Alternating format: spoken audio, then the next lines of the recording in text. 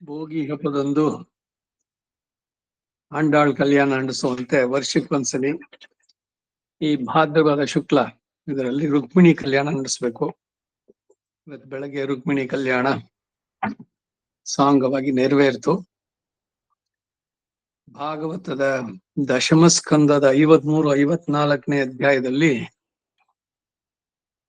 ರುಕ್ಮಿಣಿಯನ್ನ ಇವನು ಅಪಹರಿಸಿ ತಂದಿದ್ದು ರಾಕ್ಷಸ ವಿವಾಹ ರೀತಿ ಅಂತ ಫಸ್ಟ್. ಆದ್ರೆ ದ್ವಾರಕೆಗೆ ಬಂದು ವಿದ್ಯುಕ್ತವಾಗಿ ಅವನು ಮದುವೆ ಆಗ್ತಾನೆ. ಎಲ್ಲ ರಾಘವತ್ವೇ ಭವೇ ಸೀತಾ ರುಕ್ಮಿಣಿ ಕೃಷ್ಣ ಜನ್ಮನಿ ಅನ್ಯೇಷು ಚ ಅವತಾರೇಶು ನಿತ್ಯ ಯೇಷ ಅನಪಾಯಿನಿ ಅಂತ ಮಹಾಲಕ್ಷ್ಮಿನೇ ರುಕ್ಮಿಣಿಯಾಗಿ ಅವತರಿಸಿ ಬಂದು ಅವರಿಬ್ಬರ ವಿವಾಹ ಸಾಂಗವಾಗಿ ನೆರವೇರಿತು ದ್ವಾರಕೆಯಲ್ಲಿ.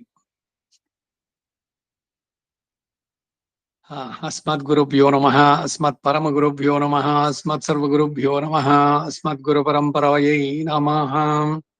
ರಾಮಾನುಜದಯಾ ಪಾತ್ರಂ ಜ್ಞಾನ ವೈರಾಗ್ಯ ಭೂಷಣಂ ಶ್ರೀಮದ್ ವೆಂಕಟನಾಥಾರ್ಯಂ ವಂದೇ ವೇದಾಂತ ದೇಶಿಕಂ ಲಕ್ಷ್ಮೀನಾಥ ಸಮಾರಂಭಾಂ ನಾಥಯಾಮನ ಮಧ್ಯಮಾಂ ಅಸ್ಮದ್ ಆಚಾರ್ಯ ಪರ್ಯಂತಾಂ ವಂದೇ ಗುರು ಪರಂಪರಾಂ ಯೋ ನಿತ್ಯಮಚ್ಯುತ ಪದಾಂಬುಜಯುಗ್ಮರುಕ್ಮಂ ವ್ಯಾಮೋಹತಸ್ತದಿತರಾಣಿ ತೃಣಾಯ ಮೇನೆ ಅಸ್ಮದ್ ಗುರೋರ್ ಭಗವತೋಸ್ಯ ದೇಹಿಕ ಸಿಂಧೋಃ ರಾಮಾನುಜಸ್ಯ ಚರಣೌ ಶರಣಂ ಪ್ರಪದ್ಯೆ. ಮಾತಾ ಪಿತಾ ಯುವತಿ ಯಸ್ತನಯಾ ವಿಭೂತಿಃ ಸರ್ವಂ ಯದೇವ ನಿಯಮೇನ ಮದನ್ಮಯಾನಾಂ ಆದ್ಯಸ್ಯ ನಃ ಕುಲಪತೇರ್ವಕುಲಾಭಿರಾಮಂ ಶ್ರೀಮತ್ತದಂಗ್ರಿಗಣಂ ಪ್ರಣಮಾಮಿ ಮೂರ್ಧಂ ಭೂತಂ ಸರಶ್ಚ ಮಹದಾಕ್ವಯಪಟ್ಟನಾಥ ಶ್ರೀಭಕ್ತಿಸಾರ ಕುಲಶೇಖರ ಯೋಗಿವಾಹನ್ ಭಕ್ತಾಂಗ್ರಿರೇಣ ಪರಕಾಲೇತೀಂದ್ರಮಿಷ್ಟಾನ್ ಶ್ರೀಮತ್ಪರಾಂಕುಶಮನಿಂ ಪ್ರಣತೋಸ್ಮಿ ನಿತ್ಯಂ. ವಿಖ್ಯಾತೋ ಯತಿ ಸಾರ್ವಭೌಮ ಜಲದೇಶ್ಚಂದ್ರೋಪಮತ್ವೇನ ಯಃ ಶ್ರೀಭಾಷ್ಯೇಣ ಯದನ್ವಯಾಸ್ಸು ವಿದಿತಾಃ ಶ್ರೀವಿಷ್ಣುಚಿತ್ತಾದಯಃ ವ್ಯಾಖ್ಯಾಂ ಭಾಷ್ಯಕೃತಾಜ್ಞಯೋಪನಿಷದಾಂ ಯೋದ್ರಾಮಿಡೀನಾಂ ವ್ಯಧಾತ್ ಪೂರ್ವಂ ತಂ ಕುರುಕೇಶ್ವರಂ ಗುರುವರಂ ಕಾರುಣ್ಯಪೂರ್ಣಂ ಭಜೆ. ನಾಥಂ ಪಂಕಜನೇತ್ರರಾಮಯಾಮುನಾ ವಾಸ್ತವ್ಯಮಾಲಾಧರಾನ್ ಯೋಗೀಂದ್ರಂ ಕುರುಕೇಶಚಂದ್ರಜಲಧಿಂ ಗೋವಿಂದಕೂರಾಧಿಪೌ ಭಟ್ಟಾರ್ಘ್ಯಂ ನಿಗಮಾಂತಯೋಗಿ ಜಗದಾಚಾರ್ಯೌ ಸಕೃಷ್ಣದ್ವಯೌ ವಂದೇ ಮಾಧವ ಪದ್ಮನಾಭ ಸುಮನಃ ಕೋಲೇಶ ದೇವಾಧಿಪಾನ್.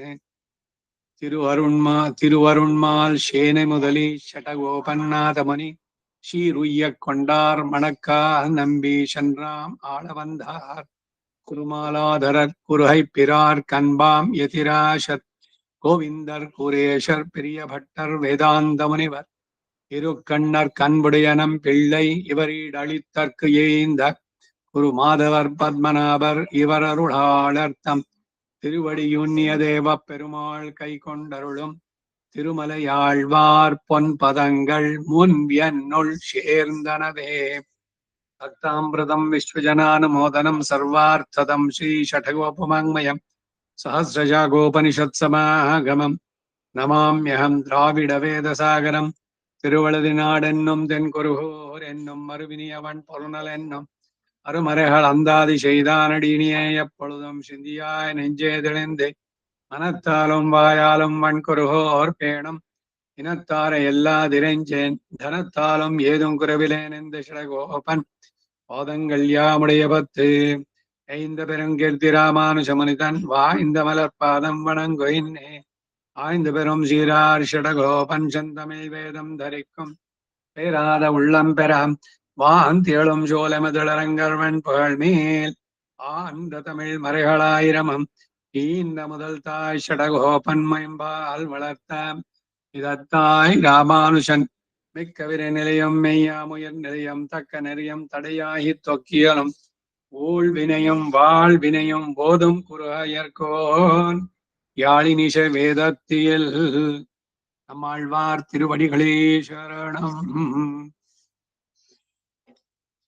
ಭಗವದ್ವಿಷಯಾಪುತಂ ಮೊದಲನೇ ಸಂಪುಟ 1, 6, 9 9ಆಂ ಪಾಟು 6ಆಂ திருமொழியிನಲ್ಲಿ தன்னை பத்தின மாத்திரத்திலே இப்படி விரோதிகளை போக்கி இப்பேற்றை தருக்கூடுமோ என்னில் வெறும் அவன் படியை யோ பார்ப்பது அருகே இருக்கிறார் படியையும் பார்க்க வேண்டாவோ நகஸ்சின் அபராத்தியதி என்பாரன்றோ அருகிருக்கிறார் என்கிறார். ಅವತಾರಿಕೆ. ತನ್ನನ್ನ ಆಶ್ರಯಿಸಿದ ಮಾತ್ರದಲ್ಲಿ ಹೀಗೆ ವಿರೋಧಿ ನಿರಸನ ಮಾಡಿ ಈ ಮೋಕ್ಷ ಲಾಭವನ್ನು ಅನುಗ್ರಹಿಸ್ತಾನೆಯೋ ಅಂತಂದ್ರೆ ಸುಮ್ಮನೆ ಅವನೊಬ್ಬನ ರೀತಿಯನ್ನೆಯೋ ನೋಡೋದು, ಸಮೀಪದಲ್ಲಿರುವ ರೀತಿಯನ್ನು ನೋಡಬೇಡವೋ, ನಕಶ್ಚಿನ್ ಅಪರಾಧ್ಯತೆ ಎಂದು ಹೇಳುವವರಲ್ಲವೋ ಅವನ ಹತ್ರ ಇರೋರು ಎಂತಾರೆ. ಧರುಮ ವರುಂಪಯನಾಯ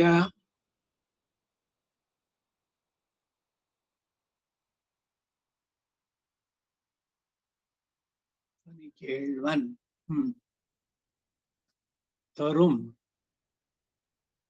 தருமவரும் பயனாய திருமகளார்த்தனி கேழ்வன் பெருமையுடைய பிரானாರ್ ಇರುಮೈ ವಿನಯ ಕಡಿವಾರೇ.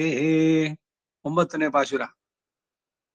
ಅರುಂಪಯನಾಯ ಅಂತಹ ದುರ್ಲಭವಾದ ಫಲವಾದ ಪುರುಷಾರ್ಥವನ್ನ ತಿರುಮಹಳಾರ್ಥನಿ ಕೇಳ್ವನ್ ಶ್ರೀದೇವಿಗೆ ಅನ್ಯಾದೃಶನಾದ ನಾಯಕನಾಗಿದ್ದುಕೊಂಡು ಶ್ರೀದೇವಿಯೊಡನೆ ಕೂಡಿ ನಿಂತು ಶ್ರೀಪತಿಯಾಗಿ ತರುಂ ಅನುಗ್ರಹಿಸ್ತಾನೆ. ಪೆರುಮೈಯುಡೆಯ ಪಿರಾನಾರ್ ಲಕ್ಷ್ಮಿ ಸಂಬಂಧದಿಂದ ಮಹಾ ಮಹಿಮೆಯನ್ನುಳ್ಳಂತ ಸರ್ವೇಶ್ವರನು ಇರುಮೈ ವಿನಯ್ ಪುಣ್ಯ ಪಾಪ ರೂಪವಾದ 2 ಬಗೆಯ ಕರ್ಮವನ್ನು ಕಡಿವಾರ ನಾಶಪಡಿಸ್ತಾನೆ. ಸೊ ಇಲ್ಲಿ ತಕಾರ ಸರಿ, ದಕಾರ ಬರಬಾರ್ದಿಲ್ಲ. ಈ ರಾಮಾನುಷ ವೃತ್ತಂತದಲ್ಲಿ ಧರ್ಮನಕ್ಕಿ ಆ ಪಂಡುನೂತ್ತವರೈ ಅಂತ ಬರುತ್ತೆ. ಅಲ್ಲಿ ಧರ್ಮ ಅಂದ್ರೆ ಧರ್ಮರಾಜನಿಗೆ ಅವನು ಇದ್ ಮಾಡಿದ್ದು ಅಂತ ಅಂದ್ಬಿಟ್ಟು ಇಲ್ಲಿ ತಕಾರವೇ ಸರಿ. ತರುಂ ಅಂದ್ರೆ ತರುವಂತವನು. ಈಗ ಈಡ್ ತರುಂ ಇவ்வರ್ಥത്തിൽ സംശയമിல்லை. ಅವ್ವರುಂ ಪಯನಾಯ பெருதற்கரிதாக சாஸ்திரங்களிலே பிரசித்தமான பிரயோஜன ரூபமானவத்தை அன்றிக்கே தர்மத்தினுடைய பரம பிரயோஜனம் தான் வடிவு கொண்டா போலே இருக்கிற பெரிய பிராட்டியார்க்கு வல்லபனாகையாலே அத்விதீய நாயகனாய் இருக்கிறவன் என்றுமாம். அப்பிரமேயம்மி தத்தேஜக என்கிறபடியே ஸ்ரீயப்பதியாகையாலே வரும் ஏத்தமுள்ளது இவன் ஒருவனுக்கும் இரே. லக்ஷ்மிபதியாகையாலே வந்த மேன்மையை உடைய உபகாரகனானவர் பிரானார் ஆஸ்ரிதானுகிரகமே ஸ்வரூபமாய் உள்ளவர். இருமை வினை கடிவாரே பேர்வாசியேயாம் படி நாம் பண்ணி வைத்த இருவகைப்பட்ட கர்மங்களையும் போக்குவார். புண்ணிய பாபங்களுக்கு தன்னில் தான் வைஷமியம் உண்டேயாகிலும் ಮೋಕ್ಷ ವಿರೋಧಿತ್ವಾತ್ ತ್ಯಾಜ್ಯಮಾಹ ನಿಂದನವಿರೇ. ಇದಿಷ್ಟು 9ನೆಯ ಪಾಶುರಕ್ಕೆ ಈಡು. ಇದರ ಕನ್ನಡ ಅವತರಣಿಕೆ ತರುಂ. ಈ ಅರ್ಥದಲ್ಲಿ ಸಂಶಯ ಇಲ್ಲ. ಅವ್ವರುಂ ಪಯನಾಯ ಪಡೆಯುವುದು ದುರ್ಲಭ ಎಂದು ಶಾಸ್ತ್ರಗಳಲ್ಲಿ ಪ್ರಸಿದ್ಧವಾದ ಪ್ರಯೋಜನ ರೂಪವಾದದ್ದನ್ನ ಅಲ್ಲದೆ ಧರ್ಮದ ಪರಮ ಪ್ರಯೋಜನವು ತಾನೇ ಒಂದು ರೂಪವನ್ನು ತಾಳಿದಂತೆ ಇರುವಂತ ಶ್ರೀದೇವಿಗೆ ವಲ್ಲಭನಾದ್ದರಿಂದ ಅದ್ವಿತೀಯ ನಾಯಕನಾಗಿರುವವನು ಎಂದು ಹೇಳಬಹುದು. ಅಪ್ರಮೇಯಂಹಿ ತತ್ತೇಜ ಎಂಬಂತೆ ಶ್ರೀಯಪತಿಯಾದ್ದರಿಂದ ಏರ್ಪಡುವ ಪ್ರಾಶಸ್ತ್ಯವಾದದ್ದು ಇವನೊಬ್ಬನಿಗೆ ತಾನೆ. ಇದನ್ನೇನೆ ಮೈಸೂರಿನಲ್ಲಿ ಆ ಬಾಲಧನ್ವಿ ರಂಗಾಚಾರ್ಯ ಅಂತ ಇದ್ರು. ಅವರು ಈ ಆದರ್ಶದಲ್ಲಿ ಬಂದು ಒಂದು ಪುಸ್ತಕ ಬಿಡುಗಡೆ ಮಾಡಿದ್ರು, ಮಹಾಲಕ್ಷ್ಮಿ ವೈಭವ ಅಂತ. ಏನ್ ಮಹಾಲಕ್ಷ್ಮಿ ವೈಭವ ಅಂದ್ರೆ ರಾಮಾಯಣ ಅಷ್ಟೇ. ರಾಮಾಯಣವನ್ನ ಅವ್ರೇನ್ ಮಾಡಿದ್ದಾರೆ, ಎಲ್ಲ ರಾಮನ ಹಿರಿಮೆ ಕೀರ್ತಿ ಅವನ್ ಏನೇನ್ ನಡ್ಸದ್ನೋ ಎಲ್ಲದಕ್ಕೂ ಸೀತೆಯ ಕಾರಣ ಅಂತ ಶ್ಲೋಕಗಳನ್ನ ಉದಾಹರಿಸಿ ಬರೆದಿದ್ದಾರೆ. ಸೀತೆ ಇಲ್ದಿದ್ರೆ ರಾಮ ಏನು ಅಂತ ಝೀರೋ. ಹಾಗೆ ಇವನು ಶ್ರೀಪತಿಯಾಗಿರೋದ್ರಿಂದಾನೇ ಅವನಿಗೆ ಆ ಹಿರಿಮೆಯಲ್ಲ. ಲಕ್ಷ್ಮೀಪತಿಯಾದ್ದರಿಂದ ಉಂಟಾದ ಮಹಿಮೆಯನ್ನ ಉಳ್ಳ ಉಪಕಾರಕರಾದವರು. ಪಿರಾನಾರ್ ಆಶ್ರಿತಾನುಗ್ರಹವೇ ಸ್ವರೂಪನಾಗಿ ಉಳ್ಳವರು. ಇರುಮೈ ವಿನಯ ಕಡಿವಾರೆ ಹೆಸರಿನಲ್ಲಿ ಮಾತ್ರ ತಾರತಮ್ಯ ಇರುವಂತೆ ನಾವು ಮಾಡಿಟ್ಟ 2 ಬಗೆಯಾದ ಕರ್ಮಗಳನ್ನು ನಾಶ ಮಾಡ್ತಾರೆ. ಪುಣ್ಯ ಪಾಪಗಳಿಗೆ ಪರಸ್ಪರ ವೈಷಮ್ಯ ಉಂಟಾದರೂ ಮೋಕ್ಷ ವಿರೋಧಿಯಾಗಿರೋದ್ರಿಂದ ತ್ಯಾಜ್ಯವಾಗಿ ಇರುತ್ತವೆ ಅಷ್ಟೇ. ಈ ಪುಣ್ಯ ಅಂದ್ರೆ ಸ್ವರ್ಗವಾಸ, ಸುಖ ಭೋಗಗಳು, ಪಾಪ ಅಂದ್ರೆ ಶಿಕ್ಷೆ, ಮತ್ತು ಒಂದಕ್ಕೊಂದಕ್ಕೆ ವಿರುದ್ಧ ಅಲ್ವೇ. ಆದ್ರೆ ಮೋಕ್ಷದಲ್ಲಿ ಅಪೇಕ್ಷೆ ಇರುವವನಿಗೆ ಪುಣ್ಯವು ನರಕಕ್ಕೆ ಸಮ. ಅದರಿಂದ ಪುಣ್ಯ ಪಾಪ 2 ಪಾಪವೇ ಅಂತ. ಯಾಕೆ ಅಂದ್ರೆ ಪುಣ್ಯದಿಂದ ಹೋಗ್ಲಿ ಏನು 2 ಚಕ್ರ ಬಿಡಿಸ್ಕೊಳಕ್ಕಾಗತ್ತ? ಹೋಗಿ ಆ ಪುಣ್ಯ ಮಾಡಿದಕ್ಕೆ ಆ ಪುಣ್ಯದ ಫಲವನ್ನು ಅನುಭವಿಸಿ. ಹೇಗೆ ತಪ್ಪು ಮಾಡಿದಾಗ ಶಿಕ್ಷೆ ಅನುಭವಿಸ್ಲೇಬೇಕು. ಹಾಗೆ ಪುಣ್ಯದ ಕೆಲಸ ಮಾಡಿದಾಗ ಪುಣ್ಯವನ್ನು ಅನುಭವಿಸ್ಲೇಬೇಕು, ಬಿಟ್ಟು ಬರೋಕ್ ಆಗೋಲ್ಲ. ಹೋಗಿ ಅದನ್ನ ಅನುಭವಿಸಿ ಆಮೇಲೆ ಕ್ಷೀಣೆ ಪುಣ್ಯ ಮರ್ತ್ಯ ಲೋಕಂ ವಿಶಂತಿ, ಮತ್ತೆ ವಾಪಸ್ ಬರ್ಬೇಕು. ಸೊ ಏನಾಗುತ್ತೆ ಅವಾಗ? ಮೋಕ್ಷ ಸಾಮ್ರಾಜ್ಯ ಸಿಗೋಲ್ಲ, ಮತ್ತೆ ವಾಪಸ್ ಬರಬೇಕು. ಅದಕ್ಕಾಗಿ ಆ ಸುಖ ಅನ್ನೋದು ಕೂಡ, ಅಲ್ಲಿಯ ಸಂತೋಷ ಕೂಡ ದುಃಖ ಸಮಾನವಾದದ್ದೇನೆ. ಯಾಕೆಂದ್ರೆ ಆತ್ಯಂತಿಕ ದುಃಖ ಪರಿಹಾರ ಆಗಲಿಲ್ಲ, ಈ ಹುಟ್ಟು ಸಾವಿನ ಚಕ್ರ ಬಿಡುಗಡೆ ಆಗಲಿಲ್ಲ. ಅದರಿಂದ ಮೋಕ್ಷದಲ್ಲಿ ಅಪೇಕ್ಷೆ ಇರುವವನು ಪುಣ್ಯದ ಕೆಲಸವನ್ನ ಮಾಡಬೇಕು, ಆದ್ರೆ ಪುಣ್ಯದ ಫಲವನ್ನ ಬಯಸಬಾರದು. ಈ ಕಾರಣದಿಂದನೇ ಸಾತ್ವಿಕ ತ್ಯಾಗ ಬಂಧನಕ್ಕೆ ಕಾರಣವಾಗತ್ತೆ. ಹೇಗೆ ಪಾಪದ್ದು ಉಂಟೋ ಹಾಗೆ ಪುಣ್ಯದ್ದು ಕೂಡ ಅಷ್ಟೇ ತೀವ್ರ. ಹೋಗ್ಲಿ, ಏನೋ ಸುಮ್ನೆ ಪುಣ್ಯದ ಕೆಲಸ ಮಾಡ್ಬಿಟ್ಟು ಪುಣ್ಯ ಬಂದಿದೆ, ಪುಣ್ಯದ ಫಲ ಬೇಡ ಅಂತ ಅಷ್ಟೇ ಬಿಟ್ಬಿಡೋದು ಅಂತಲ್ಲ. ಅದಕ್ಕೆ ಅನುಸಂಧಾನದಲ್ಲೇನೆ ಈ ಸಾತ್ವಿಕ ತ್ಯಾಗ. ಕರ್ಮಣ್ಯೇವ ಅಧಿಕಾರಸ್ಯ ಮಾ ಫಲೇಶು ಕದಾಚನ, ಅಲ್ಲಿ ಹೇಳ್ಬೇಕಾರೋ ಅಷ್ಟೇ. ಫಲದಲ್ಲಿ ಆಸಕ್ತಿಯನ್ನು ಬಿಡು. ಇದು ಲೌಕಿಕವಾಗಿ ನೋಡಿದಾಗ ಬಹಳ ವಿಚಿತ್ರವಾಗಿ ಕಾಣಿಸುತ್ತೆ. ಏನು ಹಾಗಾದ್ರೆ ಎಲ್ಲರೂ ಕೆಲಸ ಮಾಡಿ ನೀವೇನ್ ಬಯಸ್ತೀರೋ ಅದು ಏನು ಬಯಸ್ಲೇಬಾರ್ದಲ್ಲ. ಆಫೀಸ್ಗೆ ಹೋಗಿ ಕೆಲಸ ಮಾಡಿ ಸಂಬಳ ಕೊಡಲ್ಲ, ಇನ್ನೇನು ಕೆಲಸ ಮಾಡಿ ಅದಕ್ಕೆ ಪ್ರತಿಫಲ ಏನಿಲ್ಲ. ಫಲದಲ್ಲಿ ಆಸೆ ಇಲ್ದಿದ್ರೆ ಯಾರು ಕೆಲಸದಲ್ಲಿ ತೊಡಗ್ತಾರೇನೋ, ಲೌಕಿಕವಾಗಿರುವಂತದ್ದಿದು. ಆದ್ರೆ ಇದನ್ನ ಮೀರಿ ಭಕ್ತಿ ಶ್ರದ್ಧೆ ಪ್ರೀತಿಯಿಂದ ತ್ರಿಕರಣ ಪೂರ್ವಕವಾಗಿ ಮಾಡಬೇಕು ಕೆಲಸನ. ಆದರೆ ಪುಣ್ಯ ಅದರ ಫಲವನ್ನು ಬಯಸಬಾರದು. ಅದನ್ನ ಭಗವದ್ ಅರ್ಪಿತವಾಗಿ ಮಾಡಿದ್ರೆ ಯಾವುದು ಬಂಧನಕ್ಕೆ ಕಾರಣ ಆಗ್ತೋ ಅದೇ ಮೋಕ್ಷಕ್ಕೂ ಕಾರಣವಾಗ್ಬಿಡುತ್ತೆ. ಅದರಿಂದ ಮೋಕ್ಷ ವಿರೋಧಿಯಾಗಿ ಇರೋದ್ರಿಂದ ಪುಣ್ಯವು ಪಾಪಕ್ಕೆ ಸಮಾನವಾಗಿನೆ. ಎರಡೂ ಕೂಡ ತ್ಯಾಜ್ಯವೇ ಅಷ್ಟೇ ಅಂತಂದ್ರು. ಮುಂದಿನ ಪಾಶುರ 10ನೇದು. இப்படி அவனும் அவளும் ஆக குத்தங்களை போக்குவது எத்தனை காலம் கூடி எண்ணில் தன் திருவடிகளிலே தலை சாய்த்த அளவிலே ಎನ್ಗಿರಾರ್. ಹೀಗೆ ಅವನು ಅವಳು ಸೇರಿ, ಶ್ರೀಯಃ ಪತಿ ವಿಷ್ಣು ಪತ್ನಿ, ಅವರಿಬ್ರು ಎಂದೂ ಅಗಲದ ದಂಪತಿಗಳು, ದೈವೋ ದಂಪತಿನಃ, ಅವರಿಬ್ಬರು ಸೇರಿ ದೋಷಗಳನ್ನು ಹೋಗಲಾಡಿಸುವುದು ಎಷ್ಟು ಕಾಲವಾಗುತ್ತೆ ಅಂದ್ರೆ, ಅವನ ಶ್ರೀಪಾದಗಳ ಮೇಲೆ ತಲೆಯನ್ನ ಇಟ್ಟು ನಮಿಸಿದ ಕಾಲದಲ್ಲಿ ಅಂತಾರೆ. ಅದು ಯಾವಾಗ್ಲೂ ಇನ್ಯಾವುದೋ ಜನ್ಮಕ್ಕೆ ಈ ಕರ್ಮ ಪಕ್ವವಾಗ್ಬೇಕು ಅಂತ ಹೇಳ್ತಾರಲ್ಲ, ಹಾಗೆ ಅಂತಲ್ಲ.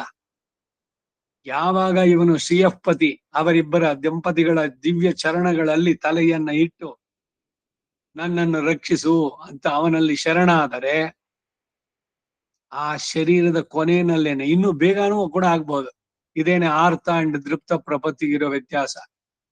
ಇವನ ತೀವ್ರವಾದಂತಹ ಪ್ರಾರ್ಥನೆ ಇದ್ದಿದ್ದೇ ಆದ್ರೆ ಎಲ್ಲ ವಿಚಾರ ಪೂರ್ವಕವಾಗಿ ತಿಳಿದು ಸುಮ್ಮನೆ ಉದ್ವೇಗದಿಂದ ಬರಬಾರದು. ಹಾಗೆ ಇವನು ತೀವ್ರವಾಗಿ ಭಗವಂತನ ಪ್ರಾರ್ಥನೆ ಮಾಡಿದ್ರೆ, ಆರ್ತ ಪ್ರಪತ್ತಿಯನ್ನ ಮಾಡಿದ್ರೆ ಆ ಕ್ಷಣವೇ ಕೂಡ ಆಗತ್ತೆ ಅಂತ ಹೇಳ್ತಾರೆ ಇಲ್ಲಿ. ತಲೆಯನ್ನ ಇಟ್ಟ ನಮಿಸಿದ ಕಾಲದಲ್ಲಿಯೇ. ಇದಕ್ಕೆ ಹಿಂದಿನ ಒಂದ್ಸಲಿ ಹೇಳಿದ್ದೆ ನಾನು. ಈ ತೃತೀಯನೋ ಚತುರ್ಥ ಇರೋ ಬ್ರಹ್ಮತಂತ್ರ ಪರಕಾಲ ಸ್ವಾಮಿಗಳು, ಅವರಲ್ಲಿ ನಾಲ್ವಡಿ ಮುಮ್ಮಜ ಕೃಷ್ಣರಾಜ ಒಡೆಯರ್ ಅಂತ ಕಾಣಿಸುತ್ತೆ. ಎಲ್ಲ ಅಧ್ಯಾತ್ಮದ ಬಗ್ಗೆನೂ ಚಿಂತನೆಗಳು ಎಲ್ಲ ನಡೆಸ್ತಾ ಇದ್ರು. ಇವರು ಬರೀ ರಾಜ್ಯದ ಭೋಗದಲ್ಲಿ ಇದ್ದಿದ್ದವರಲ್ಲ. ಒಮ್ಮೆ ಕೆಳಕೂಟದಲ್ಲಿ ಕವಿ ಸಮ್ಮೇಳನಗಳು, ಸಂಗೀತ, ಸಾಹಿತ್ಯ ಎಲ್ಲದ್ರಲ್ಲೂ ಹಾಗೆ ಅಧ್ಯಾತ್ಮದ ಚಿಂತನೆಯಲ್ಲೂ ಮಾಡಬೇಕಾದ್ರೆ ಸ್ವಾಮಿಗಳ ಹತ್ರ ಇದನ್ನೆಲ್ಲ ಕೇಳ್ಬೇಕಾದ್ರೆ, ಸ್ವಾಮಿಗಳ ಈ ಆರ್ತ ಪ್ರಪತ್ತಿ ಅಂದ್ರೆ ಏನು ಅಂತ ರಾಜ ಕೇಳಿದ. ಓಹೋ, ಆರ್ತ ಪ್ರಪತ್ತಿ ಬಗ್ಗೆ ನೀ ತಿಳಿಬೇಕಾ, ನಾಳೆ ದಿವಸ ಬಾ ದೇವಸ್ಥಾನಕ್ಕೆ ಅಂತ ಹಯಗ್ರೀವ ಸನ್ನಿಧಿಗೆ ಬೆಳಗ್ಗೆ ರಾಜನನ್ನು ಕರೆದು ಬಿಟ್ಟು, ನೋಡಿ ಈಗ ನಾನು ಆರ್ತ ಪ್ರಪತ್ತಿ ಮಾಡ್ತೀನಿ ಅಂತ ಹೇಳಿ ಅವರು ನಮಸ್ಕಾರ ಮಾಡಿದ್ರೆ, ಕೈ ಜೋಡಿಸಿ ಮತ್ತೆ ಇದು ಸಾಷ್ಟಾಂಗ ದೀರ್ಘದಂಡ ಪ್ರಣಾಮ ಮಾಡಿದವ್ರು ಹೇಳಲೇ ಇಲ್ಲ ಸ್ವಾಮಿಗಳು. ಆಮೇಲೆ ರಾಜ ತಲೆ ಚಚ್ಕೊಂಡ, ಎಂತ ಕೆಟ್ಟ ಕೆಲಸ ಮಾಡಿದೆ ನಾನು, ಅವ್ರನ್ನ ಕೇಳಬಾರ್ದಾಗಿದ್ ನಾನು ಈ ಅರ್ಥ ಪ್ರಪತ್ತಿ ಡೆಮಾನ್ಸ್ಟ್ರೇಟ್ ಮಾಡಿ ತೋರ್ಸೋದ್ರು. ತಲೆಯನ್ನ ಇಟ್ಟ ನಮಿಸಿದ ಕಾಲದಲ್ಲಿಯೇ ಪ್ರಪತ್ತಿ ಆಗೋಯ್ತು, ಶರೀರದಿಂದ ಅವರಿಗೆ ಮೋಕ್ಷ. ಹೀಗೆ 10ನೇ ಪಾಶುರ. ಕಡಿವಾರ್ತೀಯ ವಿನಹಳ್ ನೋಡಿ ಆರು ಮಳವೈಕಣ್ கொடிய அடுபொள் உயர்த்த வடிவார் மாதவனாரே. ಅಡು ಆಶ್ರಿತ ವಿರೋಧಿಗಳನ್ನ ನಾಶ ಮಾಡುವ ಪುಳ್ ಗರುಡನನ್ನ ಕೊಡಿ ಆ ಉಯರ್ಂದ ಧ್ವಜವಾಗಿ ಎತ್ತಿಟ್ಟುಕೊಂಡಿರುವವರು. ವಡಿವು ಆರ್ ವಿಲಕ್ಷಣವಾದ ದಿವ್ಯಮಂಗಳ ವಿಗ್ರಹವನ್ನು ಉಳ್ಳವರು ಆದಂತಹ ಮಾಧವನಾರ್ ಮಹಾಲಕ್ಷ್ಮಿಯ ಪತಿ ಮಾಧವ ಲಕ್ಷ್ಮೀಪತಿಯಾದವನು ತೀಯ ವಿನಹೆಳೈ ಘೋರವಾದ ಪಾಪಗಳನ್ನ ನೋಡಿ ಆರುಂ ಅಳವೈ ಕಣ್ ಒಂದು ಕ್ಷಣ ಕಾಲದಲ್ಲಿಯೇ ಕಡಿವಾರ್ ಛೇದಿಸಿ ಅನುಗ್ರಹಿಸ್ತಾರೆ. ಭಗವಂತನನ್ನ ತ್ರಿಕರ್ಣಪೂರ್ವಕವಾಗಿ ನಮಸ್ಕಾರ ಮಾಡಿದ್ರೆ ಅವರು ಕೇಳಿದ್ದು ಏನನ್ನ ಕೊಡಲ್ಲ ಭಗವಂತ. ಪೂರ್ಣವಾದ ನಂಬಿಕೆ ವಿಶ್ವಾಸ ಇರ್ಬೇಕಷ್ಟೆ. ಕೊಡ್ತಾನ ಇಲ್ಲೋ ಸುಮ್ನೆ ಒಂದ್ಸಲಿ ಪ್ರಯತ್ನ ಮಾಡೋಣ, ಇವನಿದ್ರೆ ಇನ್ನೊಬ್ಬನ್ ನೋಡಿದ್ರೆ ಆಯ್ತು. ಆಮೇಲೆ ಈ ಎಲ್ಲಾ ಉದ್ದೇಶ ಇಟ್ಕೊಂಡು ಬಂದವನಿಗೆ ಸಿಗೋದಕ್ ಸಾಧ್ಯವೋ? ಪೊಯ್ಯನ ಪೊರಮೆ ತೊಳುವಾರ್ಕೆಲ್ಲ. ಈಡು 10ನೇ ಪಾಶುರಕ್ಕೆ ಕಡಿವಾರ್ ತೀಯವಿನೆಹಳ್ காலதத்துவ முள்ளதனையும் தன்னால் போக்கிக் கொள்ள ஒண்ணாத கொடிಯ ಪಾಪங்களை ಪೋಕ್ಕುವಾರ್. ಕಾಲತತ್ವ ಇರೋ ತನಕನು ಅಂದ್ರು ಏನ್ ಒಂದು ಈ ಕಲ್ಪ ಮುಗಿದ ಮೇಲೆ ಅಷ್ಟೇನಾ? 30 ಕಲ್ಪಗಳು ಬ್ರಹ್ಮನಿಗೆ ಒಂದು ಹಗಲು. ಇದು ಶ್ವೇತವರಾಹ ಕಲ್ಪ. ಕಲ್ಪಾಂತದಲ್ಲಿ ಅಂದ್ರೆ ಈ ಕಲ್ಪದ ಕೊನೆಯಲ್ಲಿ ಅಂತಾನೋ ಇಲ್ಲ ಕಡೆಯಲ್ಲಿ ಎಲ್ಲಿ 30 ಆಗತ್ತಲ್ಲ, ಆಮೇಲೆ ಮಹಾಪ್ರಳಯದಲ್ಲಿ ಬ್ರಹ್ಮನೂ ಇಲ್ಲ, ಅವನ ಅವಧಿನೂ ಮುಗೀತು, ಅವನ ಆಯಸ್ಸು ಅಲ್ಲಿಗೆ ತನಕ ಅನುಭವಿಸಿದ್ರು ಮುಗಿಯುತ್ತೋ ಅಂದ್ರೆ ಮುಗಿಯೋಲ್ಲ ಅಂತಾರೆ. ಅದನ್ನೇ ಇಲ್ಲಿ ಹೇಳಿದ್ದು. காலதத்துவ முள்ளதனையும் தன்னால் போக்கிக் கொள்ள ஒண்ணாத கொடிய பாபங்களை போக்குவார். ನ ಅಲಂ ಆಗಾಮಿ ಕಾಲಂ ಅನುಭವಿಸಿ ಕರ್ಮವನ್ನ ತೀರಿಸ್ತೀನಿ ಅನ್ನೋದು ಖಂಡಿತ ಸಾಧ್ಯವಿಲ್ಲ ಅಂತಂದ್ಬಿಟ್ಟು ಬೇರೆ ಗ್ರಂಥಗಳಲ್ಲಿ ಇದ್ರಲ್ಲೂ ಕೂಡ ಹೇಳುತ್ತೆ. ಶ್ರೀಭಾಷ್ಯದಲ್ಲೂ ಬರೋ ಮಾತು. ಏನು ಕರ್ಮ ಏನೋ ಮಾಡಿದೀವಿ, ಆಯ್ತು, ಅನುಭವಿಸ್ಬೋಣ. ಎಷ್ಟು 200 ಜನ್ಮ, 2000 ಜನ್ಮನ, 2 ಲಕ್ಷ ಜನ್ಮನ, ಆಯ್ತು 2 ಲಕ್ಷ ಜನ್ಮ. 2 ಲಕ್ಷ ಜನ್ಮ ಮಾಡಿ ಎಲ್ಲ ಕರ್ಮನು ಒಂದು ಚೂರು ಬ್ಯಾಲೆನ್ಸ್ ಇಲ್ದೆ ಎಲ್ಲ ಮುಗಿಸ್ಬಿಟ್ಟೆ ಅಲ್ಲಿಗೆ ಪೂರ ನಿಲ್ಲಾಯ್ತು. ಆಮೇಲೆ ಏನೋ ಅವನು ಮೋಕ್ಷನ ಅಂತಂದ್ರೆ ಆ ಸ್ಥಿತಿ ಬರೋದಕ್ ಸಾಧ್ಯವೇ ಇಲ್ಲ ಅಂತಾರೆ. ಯಾಕೆಂದ್ರೆ ಒಂದೇ ಒಂದು ದಿವಸದಲ್ಲಿ ನಾವು ಮಾಡುವ ಕರ್ಮ ಅನೇಕ ಜನ್ಮಗಳಿಗೆ ಕಾರಣವಾಗತ್ತೆ. ಹಾಗಿದ್ದಾಗ ಅನೇಕ ಜನ್ಮಗಳು ಅದು ಎಷ್ಟೆಷ್ಟು ಆಯಸ್ಸಿತ್ತು ಅದರಲ್ಲಿ ಮಾಡಿದಂತಹ ಕಾಯ ವಾಚ ಮನಸ ಮಾಡಿದಂತಹ ಕರ್ಮಗಳು ಅವುಗಳನ್ನ ಇದೇನಾದ್ರು ಇಲ್ಲಿ ಕರ್ಮದ ಇದರಿಂದ ಬಿಡಿಸ್ಕೊಳಕ್ ಸಾಧ್ಯನೇ? ಖಂಡಿತ ಇಲ್ಲ. ಅನುಭವಿಸಿಯೇ ಮುಗಿಸೋಕೆ ಖಂಡಿತ ಸಾಧ್ಯವಿಲ್ಲ. ಅದು ಬಹಳ ಸ್ಪಷ್ಟ. ಇದು ಬರೀ ಭಗವದ್ ವಿಷಯದಲ್ಲ ಅಲ್ಲೇ ಅಲ್ಲ, ಶ್ರೀಭಾಷ್ಯದಲ್ಲೂ ಬೇರೆ ಸಂಪ್ರದಾಯ ಗ್ರಂಥಗಳಲ್ಲೂ ಸ್ಪಷ್ಟೀಕರಿಸೋದು. ರಾಜ್ಯತ್ರ ವಿಸಾರದಲ್ಲೂ ಬಂದದ್ದು. வழி நின்ன வல்வினை மாழ்வித்து என்கிற இடத்தில் ஆශ්‍රயித்த மாத்திரத்திலே பாபங்களை போக்கும் என்றார். இருமை வினை கடிவார் என்கிற இடத்தில் அவன் தானானதுக்கு மேலே பிராட்டியும் கூட இருக்கையாலே போக்கும் என்றார். எவ்வளவில் போக்குவது என்னில் க்ஷணகாலத்திலே என்கிறார். இதில் நொடியாரும் அளவை கண் நொடி நிறையும் அளவிரே கொடியா வடுப்புள் உயர்த்த வடிவார் தூரத்திலே காணவே பிரதிபட்சம் மண்ணுண்ணும் படியான பெரிய திருவடியை துவஜமாக எடுக்கை ஸ்வபாவமாக உடையவர் எண்ணுதல். வடிவார் ஆழ்ந்த வடிவை உடையவர் அழகிய வடிவை உடையவர் எண்ணுதல். வடிவார் மா என்று நாச்சியார்க்கு விசேஷணமாதல். வடிவிலே ஆழ்ந்திருக்கிறவள் எண்ணுதல். அழகிய வடிவை உடையவள் எண்ணுதல். வடிவிலே பொருந்தி இருக்கிறவள் எண்ணுதல். மாதவனார் பிராட்டி அருகே இருந்து போக்குவிக்க வாய்த்து போக்குவது ஒரு தலை ஜன்மம், ஒரு தலை மரணம், நடுவே ஆதிவியாதிகள். இவை செய்த குத்தங்களை பார்க்க கடவதோ? குத்தம் கண்டுவிடில் விபூதியாக விட வேண்டாவோ? பொறுத்தருளீர் என்றால் ಅವಳುಕ್ಕಾಹ ಪೊರುತ್ತೋಂ ಎನ್ನು ಇತ್ತನೈ. ಇದಿಷ್ಟು ಈಡು. ಹೀಗೆ ಕನ್ನಡದ ಅವತರಣಿಕೆ. ಅವನು ಅವಳು ಸೇರಿ ದೋಷಗಳನ್ನು ಹೋಗಲಾಡಿಸೋದು ಎಷ್ಟು ಕಾಲ ಅಂದ್ರೆ ಅವನು ಶ್ರೀಪಾದಗಳ ಮೇಲೆ ತಲೆ ಇಟ್ಟು ನಮಿಸಿದ ಕಾಲದಲ್ಲಿಯೇನೆ. ಅದಕ್ಕೆ ಬಹಳ ಇಲ್ಲ ಮೊಮೆಂಟ್. ಅವನು ತಲೆಯನ್ನು ಇಟ್ಟು ನಮಸ್ಕಾರ ಮಾಡಿ ನಾನ್ ನಿನ್ನವನು, ನನ್ನನ್ನು ರಕ್ಷಿಸು ಅಂತ ಕೇಳ್ಬಿಟ್ರೆ, ಕಡಿವಾರ್ ತೀಯವಿನೆಹಳ್, ಕಾಲದತ್ರ ಇರುವವರೆಗೂ ತನ್ನಿಂದ ನಾಶ ಮಾಡಿಕೊಳ್ಳಲಾರದಂತಹ ಕ್ರೂರವಾದ ಪಾಪಗಳನ್ನ ಇವನು ನಾಶ ಮಾಡ್ತಾನೆ. ಒಳಿ ನಿನ್ನ ವಲ್ವಿನೈ ಮಾಳ್ವಿತ್ತು ಎಂಬಲ್ಲಿ ಆಶ್ರಯಿಸಿದ ಮಾತ್ರದಲ್ಲಿಯೇ ಪಾಪಗಳನ್ನ ನಾಶ ಮಾಡ್ತಾನೆ ಅಂತಾರೆ. ಇರುಮೈ ವಿನಯ ಕಡಿವಾರ್ ಎಂಬಲ್ಲಿ ಅವನು ಅದಕ್ಕೆ ಮೇಲೆ ಶ್ರೀದೇವಿಯೂ ಕೂಡ ಇರೋದರಿಂದ ನಾಶ ಮಾಡುತ್ತಾನೆ ಅಂದ್ರು ಇಬ್ರು ಸೇರಿ. ಎಷ್ಟು ಕಾಲದಲ್ಲಿ ನಾಶ ಮಾಡೋದು ಅಂತ ಕೇಳಿದ್ರೆ ಕ್ಷಣ ಕಾಲದಲ್ಲಿ ಅಂತಾರೆ ಈ ಪಾಶುರದಲ್ಲಿ. ಕಡಿವಾರ್ ತೀಯವಿನೆಹಳ್ ನೊಡಿಯಾರು ಅಳವೈಕಣ್, ಕೊಡಿಯಾವಡು ಪೊಳ್ಳು ಎರ್ತ ವಡಿವಾರ್ ಮಾಧವನಾರೇ.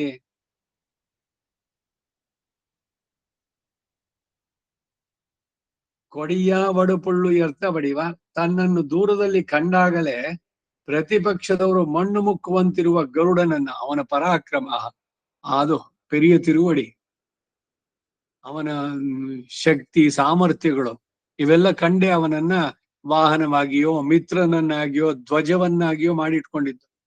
ದಾಸಸ್ಸಕ ವಾಹನಂ ಆಸನಂ ಧ್ವಜೋ ಯಸ್ತೆ ವಿತಾನಂ ವ್ಯಜನಂ ತ್ರಯೀಮಯ ಉಪಸ್ಥಿತಂ ತೇನ ಪುರೋಗರುತ್ಮದ ತ್ವದಂಗ್ರಿ ಸಮ್ಮರ್ಧ ಕಿಣಾಂಕ ಶೋಭಿನ ಅಂತಾರೆ ಸ್ತೋತ್ರದಲ್ಲಿ. ನಿತ್ಯ ಸೂರ್ಯಗಳು ಮಾಡೋ ಕೈಂಕರ್ಯ, ವಿಶೇಷವಾಗಿ ವೈನತಯ್ಯ ಹಿರಿಯ ತಿರುವಡಿ. ಆ ಗರುಡನನ್ನ ಧ್ವಜವನ್ನಾಗಿ ಎತ್ತಿಟ್ಟಿರೋದನ್ನೇ ಸ್ವಭಾವವಾಗಿ ಉಳ್ಳವನು. ವಡಿವಾರ್, ಶ್ಲಾಘ್ಯವಾದ ವಿಲಕ್ಷಣವಾದ ದಿವ್ಯ ಮಂಗಳ ವಿಗ್ರಹವನ್ನುಳ್ಳವರು, ಸುಂದರವಾದ ದೇಹವನ್ನುಳ್ಳವರು ಎಂದು ಆಗಬಹುದು. ವಡಿವಾರ್ ಮಾ ಎಂದು ಶ್ರೀದೇವಿಗೆ ವಿಶೇಷಣವಾದರೆ ರೂಪದಿಂದ ವಿಲಕ್ಷಣಲಾಗಿರೋಳು, ರಮಣೀಯವಾದ ರೂಪವನ್ನುವಳು, ಇವನ ರೂಪವನ್ನ ಅದರಲ್ಲಿ ಹೊಂದಿ ಶಾಶ್ವತವಾಗಿ ಇರುವವಳು ಎಂದಾಗತ್ತೆ. ಮಾಧವನಾರ್, ಶ್ರೀದೇವಿಯು ಹತ್ತಿರ ಇದ್ದು ಕ್ರೂರವಾದ ಪಾಪಗಳನ್ನ ನಾಶಪಡಿಸುವಂತೆ ಮಾಡಿದ್ರೆ ಆಗಲೇ ಅವಳಿಗಾಗಿ ನಾಶ ಮಾಡೋದು. ಒಂದು ಕಡೆ ಹುಟ್ಟು, ಒಂದು ಕಡೆ ಮರಣ, ಮಧ್ಯದಲ್ಲಿ ಆದಿವ್ಯಾಧಿಗಳು. ಇವು ಮಾಡಿದ ಪಾಪಗಳನ್ನು ಗಮನಿಸೋದು ಸರಿಯೋ? ದೋಷವನ್ನೇ ನೋಡಿ ಬಿಟ್ಟು ಬಿಡುವುದಾದ್ರೆ ಈ ಲೀಲಾ ವಿಭೂತಿಯನ್ನೆಲ್ಲ ಬಿಡಬೇಕಾಗುತ್ತದಲ್ಲ ಇವು. ಕ್ಷಮಿಸಿ ಕಾಪಾಡಿರಿ ಎಂದು ಅವಳು ಹೇಳಿದ್ರೆ ಅವಳಿಗಾಗಿ ಕ್ಷಮಿಸಿದ್ದೇವೆ ಎನ್ನುತ್ತಾನೆ ಅಷ್ಟೇ. ಇವನು ಕರುಣಾಳು, ಜೊತೆಗೆ ಅವಳದು ಸೇರಿದಾಗ ಇನ್ನು ಇವನಿಗೇನಾದ್ರು ಸಂದೇಹ ಉಂಟೆ, ಇನ್ನೂ ನನ್ನ ಪಾಪಗಳು ಹೋಗಿಲ್ಲ, ಇಲ್ಲ ಅವನು ಡಿಸೈಡ್ ಮಾಡ್ಲಿಲ್ಲ ಅಂತ ಮಹಾಲಕ್ಷ್ಮಿ ಅವಳು ಹೇಳ್ಬಿಟ್ರೆ ಮುಗೀತು ಕತೆ. ಮೊದಲೇ ಇವನು ಪ್ರಸನ್ನನಾಗಿದ್ದಾನೆ, ಅವನಲ್ಲಿ ಶರಣಾಗಿ ನೀನು ನನ್ನ ರಕ್ಷಕ ಅಂತ ಹೇಳಿ ತ್ರಿಕರಣ ಪೂರ್ವಕವಾಗಿ ನಮಿಸಿದಾಗ ಅದ್ರ ಜೊತೆಗೆ ಸ್ಪೆಷಲ್ ಇನ್ಫ್ಲೂಯೆನ್ಸ್ ಬೇರೆ. ಮಹಾಲಕ್ಷ್ಮಿನ ಹೇಳಿದೆ ಅವ್ರನ್ನ ನಮ್ಮ ಮಕ್ಕಳೇ ಅಲ್ವೇ, ನೀ ಬರೀ ದೋಷನೇ ನೋಡ್ತಾ ಇದ್ರೆ ಈ ಲೀಲಾ ವಿಭೂತಿಯನ್ನೆಲ್ಲ ಬಿಡ್ಬೇಕಾಗತ್ತೆ. ಯಾಕಂದ್ರೆ ಎಲ್ಲ ಲೀಲಾ ವಿಭೂತಿಯಲ್ಲಿ ಬಂದವರೆಲ್ಲರೂ ಕೂಡ ಕರ್ಮದ ಪಾಶದಿಂದ ಪ್ರಗ್ರತಿತ. ಹುಟ್ಟಿದವರೆಲ್ಲ ಯಾರ್ಯಾರಿಗೆ ಒಂದು ಶರೀರ ಅನ್ನೋದುಂಟೋ ಅವರೆಲ್ಲರೂ ಕರ್ಮ ಮಾಡಿದವರೇನೆ. ಹಾಗಾಗಿ ನೀ ಇಡೀ ಲೀಲಾ ವಿಭೂತಿಯನ್ನೇ ಬಿಡ್ಬೇಕು. ಚತುರ್ದಶ ಭುವನಾತ್ಮಕ ಮಂಡಂ, ಅಲ್ಲಿರುವಂತವ್ರೆಲ್ಲ ಚೇತನರು ಕೂಡ ಅಷ್ಟೇ ಕರ್ಮ ಪಾಪಿಗಳೇನೆ, ಕರ್ಮ ಮಾಡಿದವರೇನೆ. ಬ್ರಹ್ಮನಿಂದ ಹಿಡಿದು ಒಂದು ಕೀಟ ತನಕ ದೇವತೆಗಳು ಬಿಟ್ಟಿದ್ದಲ್ಲ, ಅವ್ರು ಮಾಡಿದ್ದು ಒಳ್ಳೆ ಕೆಲ್ಸಕ್ಕೆ ಆಯಾಯ ಪದವಿಗಳು ಅದು ಸಿಕ್ತವ್ರಿಗಷ್ಟೇ. ಒಟ್ನಲ್ಲಿ ಕರ್ಮದಿಂದ ಬಿಡುಗಡೆ ಆಗ್ಲಿಲ್ವಲ್ಲ. ಅದರಿಂದ ಈ ಲೀಲಾ ವಿಭೂತಿಯನ್ನ ಬಿಟ್ಬಿಡೋಕ್ ಸಾಧ್ಯನೋ? ಅದರಿಂದ ಕ್ಷಮಿಸಿ ಕಾಪಾಡಿ ಅವಳ ಆರ್ಗ್ಯುಮೆಂಟ್ ಮಹಾಲಕ್ಷ್ಮಿದು. ಸೊ ಭಗವಂತ ಹೇಳ್ಬೇಕು, ಆಯ್ತು ನಾನು ಅವನ ದೋಷಗಳನ್ನ ಗಮನಿಸೋದಿಲ್ಲ, ಅವನನ್ನ ಅಕ್ಸೆಪ್ಟ್ ಮಾಡ್ಕೊಂಡಿದ್ದೇನೆ ಅಂತ ಹೇಳ್ಬೇಕು. ನಿಗಮತ್ತಿಲ್ 11ನೇ ಪಾಶುರ ಫಲಶ್ರುತಿ. இத்திருவாய்மொழியை அபியசிக்க வல்லவர்கள் ಸಂಸಾರத்தில் ಒಂದು ಪಿರವಾರ್ ಎನ್ಗಿರಾರ್. ಕೊನೆಯಲ್ಲಿ ಈ ತಿರುವಾಯ್ಮೊಳಿಯನ್ನ ಅಭ್ಯಸಿಸುವವರು ಸಂಸಾರದಲ್ಲಿ ಬಂದು ಮತ್ತೆ ಹುಟ್ಟೋದಿಲ್ಲ ಅಂತಾರೆ. ಆಳ್ವಾರ್ ಈ ಪಾಶುರಗಳನ್ನ ಅನುಸಂಧಾನ ಮಾಡಿದ್ರೆ ಇಲ್ಲಿ ಧನ ಧಾನ್ಯ ಪಶು ಬಹುಪುತ್ರ ಲಾಭ ನೀವು ಬಯಸಿದ್ದು ಇಷ್ಟ ಮನಸ್ಸೋ ಸಕಲಾಭೀಷ್ಟವನ ಇದು ಸಿದ್ಧಾರ್ಥಂ ಅದೆಲ್ಲ ಅಲ್ಲ. ಮರುಹುಟ್ಟು ಇರೋದಿಲ್ಲ. ಅದು ಬಹಳ ವಿಶೇಷ. ವಿಷ್ಣು ಪದವನ್ನು ಪಡೆಯುತ್ತಾರೆ. ಮತ್ತೆ ಇನ್ನೊಂದು ಮರುಪುರವಿ ಅನ್ನೋದು ಇರೋಲ್ಲ, ಅದನ್ನ ಕಳ್ಕೊಂಡ್ರು. ಪುನರ್ಜನ್ಮ ಅನ್ನೋದು ಇಲ್ಲದವಾಗುತ್ತೆ ಅಂತೆಲ್ಲ ಆ ರೀತಿಯಲ್ಲಿ ಈ ಪಾಶದಲ್ಲಿ ಹೇಳ್ತಾರೆ. ಮಾಧವನ್ ಪಾಲ್ ಷಡಗೋಪನ್ தீது அவம் இன்னி உரைத்த ஏதமில் 1010 ಓದವಲ್ಲಾರ್ ಪಿರವಾರಿ. ಮಾಧವನ್ ಇತ್ಯಾದಿ ಈಡು ಇದಕ್ಕೆ ಪ್ರತಿಪದಾರ್ಥ. ಷಡಗೋಪನ್ ಆಳ್ವಾರ್ ಅವರು ಮಾಧವನ್ ಪಾಲ್ ಲಕ್ಷ್ಮೀಪತಿಯಾದ ಎಂಬೆರುಮಾನನಲ್ಲಿ ಭಕ್ತಿಯುಕ್ತವಾಗಿ ತೀದು ಅವಂ ಇನ್ನಿ ಉರೈತ ತನ್ನ ಪರತ್ವವನ್ನು ನೋಡಿ ಉದಾಸೀನನಾಗಿರುವುದೇ ಆಗಲಿ, ಆಶ್ರಿತರ ದೋಷಗಳನ್ನು ನೋಡಿ ಕೈಬಿಟ್ಟು ಬಿಡುವುದೇ ಆಗಲಿ ಆದಂತಹ 2 ಬಗೆಯ ದೋಷವು ಪರಮಾತ್ಮನಿಗೆ ಇಲ್ಲ ಎಂಬುದನ್ನ ಎತ್ತಿ ಹೇಳಿದ. ಏದಮಿಲ್ಲ ಇರುತ್ತೆ ನೋಡಿ, ಇಲ್ಲಿ ಬಹಳ ಸೂಕ್ಷ್ಮವಾಗಿ ನೀವು ಗಮನಿಸಿದ್ರೆ ಈ ಅರ್ಥವನ್ನು ಹೇಳಬೇಕಾದ್ರೆ ಪರಮಾತ್ಮನಿಗೆ 2 ಬಗೆಯ ದೋಷನೂ ಇಲ್ಲ ಅನ್ನೋದನ್ನ ಎತ್ತಿ ಹೇಳ್ತಾ ಇದ್ದಾರೆ. ಏನೋ ಮಹಾಲಕ್ಷ್ಮಿ ಅವಳು ಬಂದು ಹೇಳಿ ಮಾಡದ್ಮೇಲೆನೆ ಇವನು ಅಮ್ಮ ಅವ್ರ ಗಂಡ, ಆಮೇಲೆ ಅಕ್ಸೆಪ್ಟ್ ಮಾಡ್ಕೊಂಡ. ಮೊದಲು ಹೇಳ್ತಾನೆ ನೋ, ನಾನು ಕರ್ಮಾಧ್ಯಕ್ಷ, ಅವನು ಮಾಡಿದ ಕರ್ಮದ ಅಕೌಂಟ್ ನೋಡ್ಬೇಕು, ಈ ಜನ್ಮದ್ದಿಷ್ಟು, ಹಿಂದಿಂದ ಎಷ್ಟಿದೆ ಸಂಚಿತ, ಆಗಾಮಿ ಎಷ್ಟಿದೆ, ಎಲ್ಲ ನಾನು ನೋಡಿ, ನಾನು ಅಧ್ಯಕ್ಷನಾಗಿರ್ಬೇಕಾದ್ರೆ ನಾನು ಅದನ್ನ ಬಿಡೋಕ್ಕಾಗವಲ್ಲ. ಈ ರೀತಿ ವ್ಯಾಖ್ಯಾನಗಳಲ್ಲ ಅನ್ನುತ್ತಾರೆ. ಹೇಳಿದೆ ಇದು 2 ಬಗೆಯ ದೋಷ ಪರಮಾತ್ಮನಿಗಿಲ್ಲ ಅನ್ನೋದನ್ನ ಎತ್ತಿ ಹೇಳಿದ. ಏದಮಿಲ್ಲ ಇರುತ್ತೆ ಛಂದೋ ವ್ಯಾಕರಣಾದಿ ದೋಷವಿಲ್ಲದ ಈ ತಿರುವಾಳ್ಮೊಳಿ 1000ದಲ್ಲಿ ಛಂದಸ್ಸು, ಸಮಾಸಗಳು, ಸಂಧಿಗಳು ಇವುಗಳಲ್ಲಿ ಯಾವ ದೋಷಗಳು ಇಲ್ಲ. ಅಷ್ಟು ಸುಂದರವಾಗಿ ಕಾವ್ಯದ ಸೊಬಗು ವ್ಯಾಕರಣಕ್ಕೆ ಬದ್ಧವಾಗಿ, ಛಂದೋಬದ್ಧವಾಗಿ, ಅಂದಾದಿಯ ರೂಪದಲ್ಲಿ ಎಷ್ಟು ಸುಂದರವಾಗಿ ನಡೆಸಿರುವಂತಹ ದಾಳ್ವಾರ್. ಆ ತಿರುವಾಯ್ಮಳಿ 1000ದಲ್ಲಿ 20 ಈ 10 ಪಾಸುರಗಳನ್ನ ಈ 10 ಅಂತ 20 ಅಂದ್ರೆ 20 ಅಂತಲ್ಲ. ಓದವಲ್ಲಾರ್ ಗುರುಮುಖದಿಂದ ಕಲಿಯಬಲ್ಲವರುಗಳು. ಓದವಲ್ಲ ಅಂದ್ರೆ ಸುಮ್ನೆ ಓದ್ಬಿಟ್ರೆ ಅಷ್ಟೇನಾ ಅಂತ. ಗುರುಮುಖದಿಂದ ಕಲಿಬೇಕು ಯಾವ್ದನ್ನಾದ್ರೂ ಅಷ್ಟೇ. ಗುರುಮೇವ ಅಭಿಗಚ್ಚೇತೆ, ಬರೀ ದಿವ್ಯ ಪ್ರಬಂಧ ಕಲಿಯೋದು ಒಂದಿಷ್ಟು ಹೇಳಿಸ್ಕೊಂಡ್ವಿ ಆಮೇಲೆ ಆಯ್ತು ಅಂತಲ್ಲ. ಅರ್ಥಾನುಸಂಧಾನದೊಂದಿಗೆ ಗುರುವಿನಲ್ಲಿ ಅದನ್ನ ಮಾಡಿದವರಿಗೆ ಪಿರವಾರ್ ಪುನಃ ಜನ್ಮವೆತ್ತಿ ಕಷ್ಟಪಡೋದಿಲ್ಲ, ಪುನರ್ಜನ್ಮ ಇಲ್ಲದವರಾಗಿ ಮೋಕ್ಷವನ್ನು ಹೊಂದುತ್ತಾರೆ. ಈಡು மாதவன் இத்தியாதி தீதும் அவமும் ஏதமும் என்று 3 இம்மூன்றையும் பிரதிபாத்தியனுக்கும் வக்தாவுக்கும் பிரபந்தத்துக்கும் ஆக்கி இவை இல்லாமையை சொல்லுகிறது என்று நிர்வகிப்பாரும் உண்டு. பட்டர் அங்கனன்னிக்கே ஏதமில் 1000 என்ற பிரபந்த லட்சணம் சொன்ன போதே த்ரிவித தோஷ ராಹಿತ್ಯமும் சொல்லித்தாம். இனி தீதும் அவமும் ஆவது செய்வது என்னில் ஷடகோபன் மாதவன் பால் தீரவம் இன்னி உரைத்தா என்றாக கடவது என்று அருளி செய்தார். அதாவது தீதாவது நான் ஸ்ரீயப்பதி அல்லேனோ என்று தன் மேன்மையை பார்த்து கடக்கவிருக்கமது, அவமாவது ஆශ්‍රயிக்கிறவன் நித்திய சம்சாரி என்னோ என்று இவன் சிறுமையை பார்த்து கைவிடுமது. இவை இல்லாமையை சொன்ன 20 என்றபடி 1000லும் இந்த 10யும் அபியசிக்க வல்லவர்கள் பிறவார். பிற கை சுட்டீரே மாத்திரு சம்ரக்ஷணம் அழகிது என்னுமோபாதி பகவத் சமாஸ்ரயணம் எளிது என்று உபதேசிக்க வேண்டுகிறது.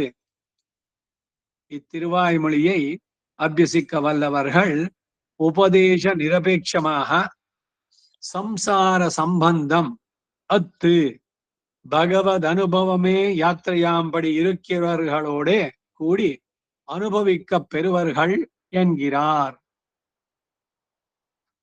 ಇಷ್ಟಕ್ಕೆ ಕನ್ನಡ ಅವತರಣಿಕೆ. ತೀದು ತೀದುಂ ಅವಮುಂ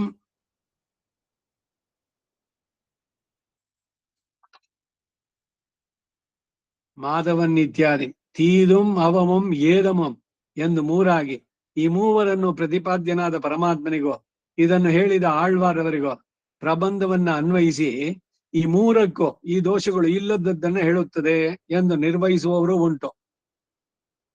ವ್ಯಾಖ್ಯಾನ ಹೇಳಬೇಕಾದ್ರೆ ಎಲ್ಲವನ್ನೂ ಹೇಳು. ಭಟ್ಟರು ಪರಾಶರ ಭಟ್ರು ಅಂದ್ರೆ ಹಾಗೆ ನಿರ್ವಹಿಸಿದೆ. ಇವ್ರು ಹೇಳಿದ್ರಲ್ಲೆಲ್ಲದಕ್ಕೂ ಅಂತ ಏದಮಿಲ್ ಆಯಿರಂ ಎಂದು ಪ್ರಬಂಧ ಲಕ್ಷಣವನ್ನು ಹೇಳಿದಾಗಲೇ ಮೂರು ಬಗೆಯ ದೋಷಗಳು ಇಲ್ಲ ಎಂಬುದನ್ನು ಹೇಳಿದಂತಾಯ್ತು ಏದಮಿಲ್ ಅಂತಂದಾಗ. ಇನ್ನು ತೀದುಂ ಅವವಂ ಅದುಗಳಿಗೆ ಅರ್ಥ ಏನು ಅಂತಂದ್ರೆ ಷಟಗೋಪನ್ ಮಾಧವನ್ ಪಾಲ್ ತೀದವಂ ಇನ್ನಿ ಉರೈತ ಎಂದು ಆಗುತ್ತದೆ ಎಂದು ಅಪ್ಪಣೆ ಕೊಡಿಸಿದ್ರು ಪರಾಶರ ಭಟ್ರು ವ್ಯಾಖ್ಯಾನ ಇದು. ಅದೇನು ಅಂತಂದ್ರೆ ತೀದು ಎನ್ನುವುದು ನಾನು ಶ್ರೀಯಪತಿ ಅಲ್ಲವೋ ಎಂದು ತನ್ನನ್ನು ನೋಡಿ ದೂರ ನಿಲ್ಲುವುದು. ಅವಂ ಎಂದರೆ ಆಶ್ರಯಿಸುವವನು ನಿತ್ಯ ಸಂಸಾರಿ ಅಲ್ಲವೋ ಎಂದು ಇವನ ನೀಚತನವನ್ನು ನೋಡಿ ಕೈ ಬಿಡೋದು. ನಮ್ ಸ್ಟೇಟಸ್ ಏನು, ನಾವು ಅವ್ರ ಹತ್ರ ಮಾತಾಡೋದೆ, ಇವೆಲ್ಲ ಲೋಕದಲ್ಲಿ ಇದೆಯಲ್ಲ. ಹಾಗೆ ನಾನು ಶ್ರೀಯಪತಿ, ಇವನು ಅಪರಾಧ ಚಕ್ರವರ್ತಿ, ಯಾರೀಗ ಆಶ್ರಯಿಸೋಕ್ ಬಂದಿರೋವನು ಅವನು ನಿತ್ಯ ಸಂಸಾರಿ ಅಲ್ವೋ ಎಂದು ಇವನ ನೀಚತನವನ್ನು ನೋಡಿ ಕೈ ಬಿಡೋದು. ಇವು ಇಲ್ಲದದ್ದನ್ನ ಹೇಳಿದ ಈ ದಶಕ ಎಂಬ ಭಾವ ಇಲ್ಲಿ. ಭಗವಂತನಿಗೆ ಇದೆಲ್ಲ ಇಲ್ಲ. ತದಹಂ ತುದುತೆ ನಾನಾಥವಾನ್ ಮಧುತೆ ತ್ವಂ ದಯನೀಯವಾನ್ನ ಚ ವಿಧಿ ನಿರ್ಮಿತ ಮೇತದನ್ವಯಂ ಭಗನ್ ಪಾದಯ ಮಾಸ್ಮಜೀಹಪಃ. ಎಷ್ಟು ಸುಂದರವಾಗಿದೆ ಸ್ತೋತ್ರರತ್ನದಲ್ಲಿ.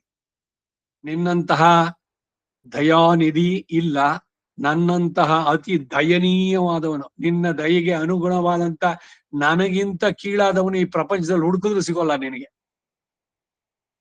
ಆದ್ರಿಂದ ಒಂದ್ ವೇಳೆ ನೀನೇನಾದ್ರೂ ನನ್ನನ್ನ ದಯೆ ತೋರಿಸ್ದಿದ್ರೆ ನನ್ನಲ್ಲಿ ನಿನ್ನ ಹೆಸರಿಗೆ ಸಾರ್ಥಕತೆ ಇಲ್ಲ, ತೆಗೆದಾಕ್ಬಿಡು. ನೀ ದಯಾನಿಧಿ, ದಯಾ ಸಮುದ್ರ, ದಯಾಸಾಗರ, ದಯೈಕ ಸಿಂಧು ಈ ಎಲ್ಲ ಹೆಸರುಗಳು ಬೇಡ ನಿಂಗೆ. ಯಾಕೆಂದ್ರೆ ಅದಕ್ಕೆ ಅರ್ಥ ಇಲ್ಲ. ಯಾಕೆ ಅರ್ಥ ಇಲ್ಲ ಅಂದ್ರೆ ನನಗಿಂತ ಕೀಳಾದವನು ಸಿಗೋಲ್ಲ ನಿನಗೆ ಲೋಕದಲ್ಲಿ, ಅಷ್ಟು ನೀಚ ನಾನು. ನನ್ನನ್ನು ರಕ್ಷಿಸದೆ ಇದ್ರೆ ವಿಧಿ ನಿರ್ಮಿತ ಮೇತದನ್ವಯಂ ಭಗವನ್ ಪಾಲಯ, ಇದು ಭಗವಂತ ವಿಧಿನಲ್ಲೇನೆ ಆಗಿರುವಂತಹದ್ದು. ನೀನು ದಯೆಯನ್ನ ನೀಡೋದಕ್ಕೆ ಇರೋದು, ನಾನು ನಿನ್ನ ದಯೆ ಸ್ವೀಕರಿಸೋಕೆ ಇರೋದು. ಅದರಿಂದ ಸಾವಿರದಲ್ಲಿಯೂ ಈ ದಶಕವನ್ನ ಅಭ್ಯಸಿಬಲ್ಲವರುಗಳು ಪುನಃ ಸಂಸಾರದಲ್ಲಿ ಹುಟ್ಟೋದಿಲ್ಲ. ಪಿರವಾರ್ ಹುಟ್ಟುವುದು ಹೇತುವಾದ್ದರಿಂದ, ಕಾರಣವಾದ್ದರಿಂದ ಅಲ್ಲವೇ ಹೀಗೆ ಉಪದೇಶಿಸಬೇಕಾದದ್ದು. ಮಾತೃ ಸಂರಕ್ಷಣ ಒಳ್ಳೆಯದು ಎಂದು ಹೇಳುವಂತೆ ಭಗವತ್ ಸಮಾಶ್ರಯಣವು ಸುಲಭವು ಎಂದು ಉಪದೇಶಿಸಬೇಕಾಗಿದೆ. ಇಲ್ದಿದ್ರೆ ಸಾಮಾನ್ಯವಾಗಿ ಲೋಕದಲ್ಲಿ ಅದೇ ತಾನೆ. ಈಗ ಯಾರೋ ಯಾವುದೋ ಒಂದು ವಿದ್ಯೆನೋ ಮತ್ತೊಂದ್ರಲ್ಲೋ ಅವರು ಸ್ವಲ್ಪ ಪರಿಣಿತರು ಅಂತ ಇಟ್ಕೋಣ, ಅಹಂಕಾರ ಇಲ್ಲದೆ ಅವರಾಗಿದ್ದಾಗ. ಆದ್ರೆ ಸಹಜವಾಗಿ ಅವರನ್ನು ನೋಡಿದಾಗ, ಅವರ ತೇಜಸ್ಸು, ಅವರ ಮಾತು ಇವುಗಳನ್ನು ಕೇಳಿದಾಗ ಅಯ್ಯೋ ಅವರು ಎಲ್ಲ ಅನುಷ್ಠಾನ ಪರರು, ನಾವು ಅವ್ರ ಹತ್ರ ಎಲ್ಲಾರು ಹೇಳಿಕ್ಕಾಗತ್ತಾ? ಇತ್ತೀಚೆಗೆ ಯಾರೋ ಕಳ್ಸಿದ್ದೊಂದು ನೋಡಿದೆ ನಾನು.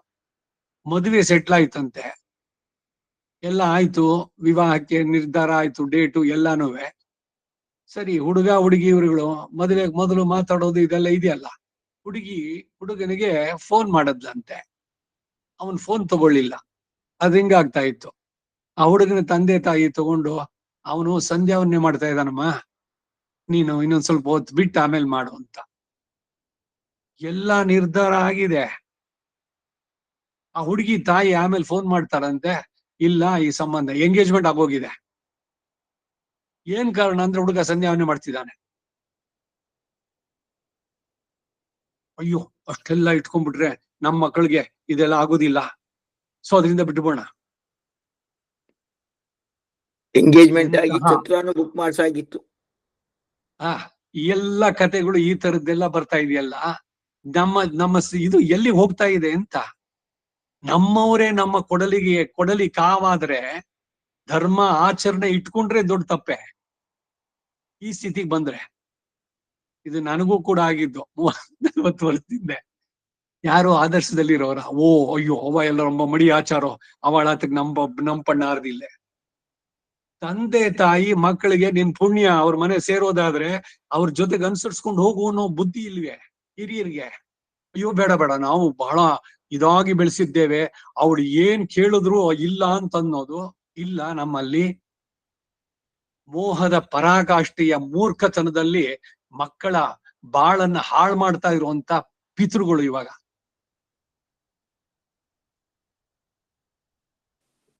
ತಂದೆ ಏನೊಂದು ತಾಯಿಗಳೇ ಚೂರು ಕಾರಣ. ಅವರಿಗೆ ಅದರಿಂದ ಏನು ಅಂದ್ರೆ ಡೈವರ್ಸ್ಗಳು ಸರಿಯಾದಂತಹ ಇದು ಸಿಗೋಲ್ಲ.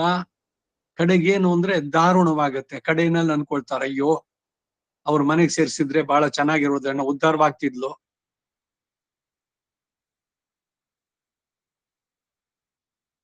ಇವೆಲ್ಲ ಯಾಕೆ ಹೇಳ್ದೆ ಅಂದ್ರೆ ಎಂತಹ ಕೆಟ್ಟ ಇದು ಡೆವಲಪ್ ಆಗ್ತಾ ಇದೆ ಅಂತ. ಮಕ್ಕಳಿಗೆ ಒಳ್ಳೆಯ ಬುದ್ಧಿಯನ್ನು ಹೇಳಿ ನೀನು ಅನುಸರಿಸ್ಕೊಂಡು ಹೋಗು ಅನ್ನೋದನ್ನ ಹೇಳೋದ್ ಬಿಟ್ಟು ನೀನು ಸಂಪಾದನೆ ಮಾಡ್ತಿದೀಯಾ, ನೀನೇನ್ ಕಡಿಮೆ, ಏನ್ ಅವನ್ ಬಿಟ್ರೆ ಇನ್ನೊಬ್ಬ ಇಲ್ವಾ? ಹಾಗಾದ್ರೆ ಏನು ಮದುವೆಗೆ ಅನ್ನೋದಕ್ಕೆ ಅರ್ಥವೇ ಇಲ್ವಾ? ಸಂಸಾರ, ಮಕ್ಕಳು, ಅವರುಗಳಿಗೆ ನೀಡುವ ಸಂಸ್ಕಾರ, ಇವರು ಈ ಸ್ವಾರ್ಥ, ಇವರು ಈಗೋ, ಇದಿಷ್ಟರಲ್ಲೇನೆ ಆಗ್ಬಿಟ್ರೆ ಅವನು ಡೈವರ್ಸು, ಇವಳು ಡೈವರ್ಸು. ಎಲ್ಲಿಗೆ ಹೋಗುತ್ತೆ ಸಮಾಜ? ಇದನ್ನ ಈಗಿನ ಮಕ್ಕಳು ಇವರೆಲ್ಲ ಮಾಡ್ತಿದಾರಲ್ಲ, ಅವರು ಬಹಳ ಎಚ್ಚರಿಕೆಯಿಂದ ನೋಡ್ಬೇಕು ಇವುಗಳನ್ನ. ಅದರ ರಿಪರ್ಕಷನ್ಸ್ ಇವೆಲ್ಲ ನೋಡ್ತಾ ಇರೋದು.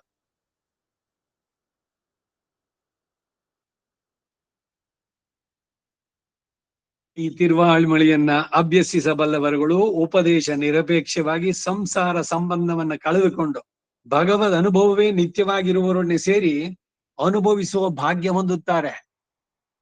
ಭಗವದ್ ಅನುಭವವೇ ನಿತ್ಯವಾಗಿರುವುದು ಅಂದ್ರೆ ನಿತ್ಯ ಸೂರಿಗಳು. ಈ ಹುಟ್ಟು ಸಾವಿನ ಚಕ್ರ, ಪುನರ್ಜನ್ಮ ಇವುಗಳನ್ನು ಬಿಡಿಸ್ಕೊಂಡವರು ಅವರ ಜೊತೆ ಸೇರಿ ಆನಂದವಾಗಿರ್ತಾರೆ. ಇದು ನೋಡಿ ಫಲಶ್ರುತಿನಲ್ಲಿ.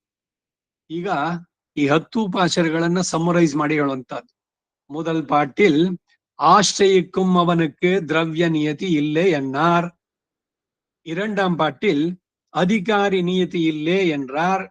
3ஆம் பாட்டில் தம்முடைய கரணத்ரயமமும் பகவத் விஷயத்திலேயே பிரவணமானபடியை அருளி செய்தார். 4ஆம் பாட்டில் நித்திய சூரியகளைப் போல அதுதானே யாத்திரையாயிற்று என்றார். 5ஆம் பாட்டில் தன்னையே பிரயோஜனமாக பத்தினார்க்கு அவன் நிரதிசய போக்யபூதன் என்றார். 6ஆம் பாட்டில் இப்படி போக்யபூதனானவனை விட்டு ಪ್ರಯೋಜನத்தை ಕೊಂಡು ಅಹಲುವುದೇ ಏನು ಮೂರ್ಖತನವೇ, ಲೋಕದ್ದು ಅಂತಾರೆ. ಏನ್ರೆ ಪ್ರಯೋಜನ ಅಂತ ಪರರೇ ಗರ್ಹಿತ, ವಿಗರ್ಹಣ ಖಂಡಿಸುವಂತಹದ್ದು.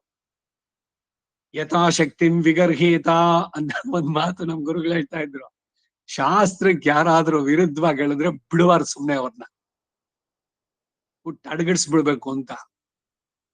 ಅಷ್ಟೇ ತೀಕ್ಷ್ಣ. ಶಾಸ್ತ್ರಕ್ಕೆ ವಿರುದ್ಧವಾಗಿ ಯಾರು ಅದು ಮಾಡಿದ್ರೆ ಅಸಡ್ಯಾಗಿ ಅಯ್ಯೋ ಅದೆನ್ನ ಪರವಾಗಿಲ್ಲ ಅಂತನ್ನೋರ್ನ ಸುಮ್ನೆ ಬಿಡ್ತಿರ್ಲಿಲ್ಲ. ಗರ್ಹಿತ. 7ஆம் பாட்டில் ಇವನೆಯೇ ಪ್ರಯೋಜನಮಃ ಪತ್ತಿನಾರ್ಕೆ ಕಾಲಕ್ಷೇಪಂ ಇನ್ನದೆನ್ನಾರ್. ಕಾಲಕ್ಷೇಪಂ ಅಂದ್ರೆ ಇಲ್ಲಿ ಇನ್ನೊಂದು ಜನ್ಮ ಸಿಗತ್ತೆ ಅಂತಲ್ಲ, ಆ ಕ್ಷಣವೇ ಸಿಗತ್ತೆ ಅನ್ನೋದನ್ನ ಹೇಳ್ತಾ ಇದ್ದಾರೆ. 8ஆம் பாட்டில் ಪ್ರಾಪ್ತಿ ವಿರೋಧಿகளையும் ಅವನ್ ತಾನೇ போக்கும் என்றார். 9ஆம் பாட்டில் ಇದು ಕೂಡುಮೋ ಎಂದ್ರೆ ಶಂಕೆಯಾಹ, ಇದು ಸಾಧ್ಯನೋ ಅಂತ ಸಂದೇಹ ಪಟ್ರೆ வெறும் ಅವನ್ ಪಡಿಯೆಯೋ ಪಾರ್ಪದು, ವರು ಅವನ ಪಡಿ ಅದೊಂದೇನೆ ನೋಡೋದು. ಅರುಹಿಕ್ಕಿರಾರ್ ಪಡಿಯೆயும் பார்க்க வேண்டாவோ என்றார். ಅವನೊಬ್ನೇನ ಇರೋದು, ಜೊತೆಗಲ್ಲಿ ಮಹಾಲಕ್ಷ್ಮಿ ಇದ್ದಾಳೆ. 10ஆம் பாட்டில் இவர்கள் எத்தனை காலம் கூடி விரோதிகளை போக்குவதென்ன ಕ್ಷಣಕಾಲத்திலே என்றார். ಯಾವುದೋ ಈ ಕರ್ಮ ಎಲ್ಲ ಅನುಭವಿಸಿ ಎಲ್ಲ ಆದ್ಮೇಲೆ ಏತದ್ ದೇಹಾವಸಾನೆ ಮಾಮ್ ಅಂತ ಹೇಳಿದಂಗೆ ದೃಪ್ತ ಪ್ರಪತ್ತಿ ಎಲ್ಲ ಮುಗಿಸ್ಕೊಂಡು ನಿಧಾನಕ್ಕೆ ಇನ್ನೊಂದಷ್ಟು ಇಲ್ಲ, ಆ ಕ್ಷಣವೇ ಆಗತ್ತೆ ಅಂತಾರೆ. ಕ್ಷಣಕಾಲத்திலே நிகமத்தில் இத்திருவாய்மொழியை அபியசிக்கவே சம்சரிக்க வேண்டாம் என்றார். ஆழ்வார் எம்பெருமானார் ஜீயர் திருವಡಿಗಳೇ ಶರಣಂ. ಮೊದಲನೇ ಪಾಶುರದಲ್ಲಿ ಆಶ್ರಯಿಸುವವನಿಗೆ ಇಂಥ ದ್ರವ್ಯ ಆಗಬೇಕೆಂಬ ನಿಯಮ ಇಲ್ಲ ಅಂದ್ರು. ಎರಡನೇ ಪಾಶುರದಲ್ಲಿ ಅಧಿಕಾರಿ ನಿಯತಿ ಇಲ್ಲ ಎಂದ್ರು. ಯಾರು ಅಧಿಕಾರಿ ಅನ್ನುವ ನೀತಿ ಇಲ್ಲ, ಯಾರು ಬೇಕಾದ್ರೂ ಭಗವಂತನ ಪಡಿಬಹುದು. ಈ ಅಕ್ಷರಮ್ಮ ಅದು ಇದ್ರಲ್ಲಿ ಬೆಳಗ್ಗೆ ವೇದದಲ್ಲಿ ಹೇಳ್ತಾ ಇದ್ದೆ ನಾನು. ಸಂಸ್ಕೃತ ಒಂದ್ ಸ್ವಲ್ಪ ಕಲ್ತ್ಬಿಟ್ಟು ಯಜುರ್ವೇದದಲ್ಲಿ ಇದೆ, ಎಲ್ರೂ ವೇದವನ್ನ ಇದ್ ಮಾಡ್ಬೋದು ಅಂತ ಯಾರೋ ಒಬ್ಬ ಇನ್ನೊಬ್ಳು ಲೇಡಿ ಆ ಸಂದರ್ಶನ ಅವ್ರದ್ದು ಎಲ್ಲ ಇಲ್ಲ ರಿಸ್ಟ್ರಿಕ್ಷನ್ ಅಂತ. ಸವೈ ದೇವಾನ ಅಂಚಾಸುರಾಣಂಚ ಅದರಲ್ಲಿ ಯಜ್ಞೋಪವೀತ ಏವ ಅಧೀಯಿತ, ಯಜ್ಞೋಪವೀತವನ್ನ ಧರಿಸಿದವನೇ ವೇದಾಧ್ಯಯನಕ್ಕೆ ಅರ್ಹತೆಯನ್ನು ಪಡೆಯುವನು, ಯಜ್ಞೋಪ ಇಲ್ಲದವನಿಗೆ ಇಲ್ಲ. ಹಾಗಾದ್ರೆ ಅಲ್ಲೇನೋ ಹೇಳ್ತು ಅಂತಂದ್ರೆ ಅದನ್ನ ಸರಿಯಾಗಿ ತಿಳಿಯದೆ ವಿವೇದ ಅಲ್ಪಶ್ರುತೇಹೇ ಅಂತ ವೇದ ಮಾತೆ ಇದ್ರ ಬಗ್ಗೆನೆ ಬರುತ್ತೆ. ಅರ್ಧಂಬರ್ಧ ತಿಳಿದವ್ರನ್ನ ಕಂಡ್ರೆ ವೇದಕ್ಕೇನೆ ಹೆದರಿಕೆ ಆಗುತ್ತಂತೆ, ಏನ್ ಹೇಳ್ಬಿಡ್ತಾರೋ ಅಂತ. ಈಗ ಆಗ್ತಿರೋದು ಅದೇನೆ. ವೇದದಲ್ಲಿ ತಿಳಿಯೋ ಅರ್ಥವನ್ನ ಯಾರು ಬೇಕಾದ್ರೂ ತಿಳಿಬಹುದು, ವೇದವನ್ನ ಸಸ್ವರವಾಗಿ ಹೇಳೋದಕ್ ಮಾತ್ರ ರಿಸ್ಟ್ರಿಕ್ಷನ್. ವೇದದ ಬಗ್ಗೆ ಓದಿ, ಸ್ತ್ರೀಯರು ಪುಸ್ತಕ ಬರೀರಿ, ರಿಸರ್ಚ್ ಮಾಡಿ ಆಗ್ಬೋದು. ಆ ಭಾರತಕ್ಕೆ ತಗೋಬೇಕೆ ಹೊರತು ನಾವು ಹೇಳ್ಬಿಡ್ತೀವಿ ವೇದಾನ. ಸ್ವರಸಹಿತವಾಗಿ ವೇದ ಹೇಳೋದಕ್ಕೆ ಅಧಿಕಾರ ಬೇಡವೆ? ವೇದದಲ್ಲಿ ಒಂದಕ್ಕೊಂದು ಕಾಂಟ್ರಡಿಕ್ಷನ್ಸ್ ಇದೆಯಾ?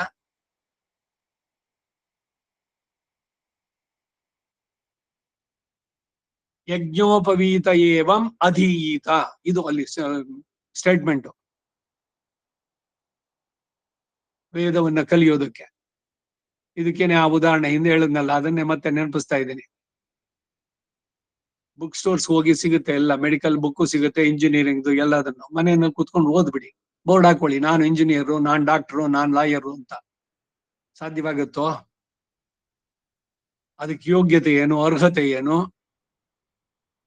ಯಾರ್ಯಾರು ಬೇಕಾದ್ರೂ ಡಾಕ್ಟರ್ ಆಗೋದಕ್ಕೆ ಸಾಧ್ಯವಾದ್ರೆ ಯಾರ್ಯಾರು ಬೇಕಾದ್ರೂ ವೇದ ಓದ್ಬೋದು. ಅದು ಒಪ್ಕೊಳ್ತಿರೋ? ಸರ್ಜರಿ ಮಾಡ್ತೀನಿ ನಾನು ಪುಸ್ತಕ ಓದ್ಬಿಟ್ಟು ಮಾಡಿಸ್ಕೊಳ್ಳೋಕೆ ಸಿದ್ಧವಾಗಿದ್ರೆ ಅದರಲ್ಲೆಲ್ಲ ಒಪ್ಕೊಳ್ತೀರಾ? ಇದ್ರಲ್ಲಿ ಯಾಕೆ ಈ ರೀತಿಯ ಇದು ಶಾಸ್ತ್ರ ಇದು ಅಂತಂದಾಗ ಅದಕ್ಕೊಂದು ಅಧಿಕಾರ ಇದೆಲ್ಲ ಬೇಡವೆ? ಇವರಲ್ಲಿ ಅಧಿಕಾರಿ ನೀತಿ ಇಲ್ಲ ಅಂತಂದ್ರು. ಯಾವ್ದಕ್ಕೆ ಅಧಿಕಾರಿ ನೀತಿ ಇಲ್ಲ? ಭಗವಂತನ್ ಪಡೆಯೋದಕ್ಕೆ ಅಧಿಕಾರಿ ನೀತಿ. ನಿಮ್ಮನ್ನ ನೀವು ಒಪ್ಪಿಸ್ಕೊಳ್ಳೋದಕ್ಕೇನಿಲ್ಲ. ಆದ್ರೆ ಯಾರ ಹುಟ್ಟನ್ನು ಯಾರು ಬದಲಾಯಿಸೋಲ್ಲ. ಯಾವ ಜನ್ಮದಲ್ಲಿ ಅವನಿದ್ದಾನೋ ಆ ಕಡೆ ಉಸಿರು ಹೋಗೋ ತನಕ ಅಷ್ಟೇನೆ. ಯಾರು ಬದಲಾಯಿಸೋಕ್ಕಾಗಲ್ಲ.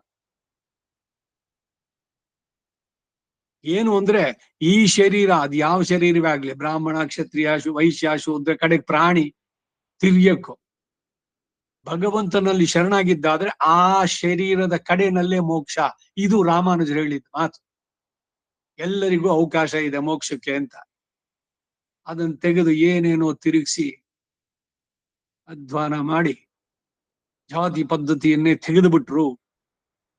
ಮತ್ ಯಾಕೆ ಶ್ರೀ ಭಾಷ್ಯದಲ್ಲಿ ಬರೆದ್ರು? ಅದಕ್ಕೆ ಉತ್ತರ ಇಲ್ಲ. ಇವ್ರಿಗೆ ಶ್ರೀ ಭಾಷ್ಯ ಅಂದೇ ಗೊತ್ತಿಲ್ಲ. ಏನ್ ಹೇಳಿದ್ದೆ ಎಲ್ರೂ.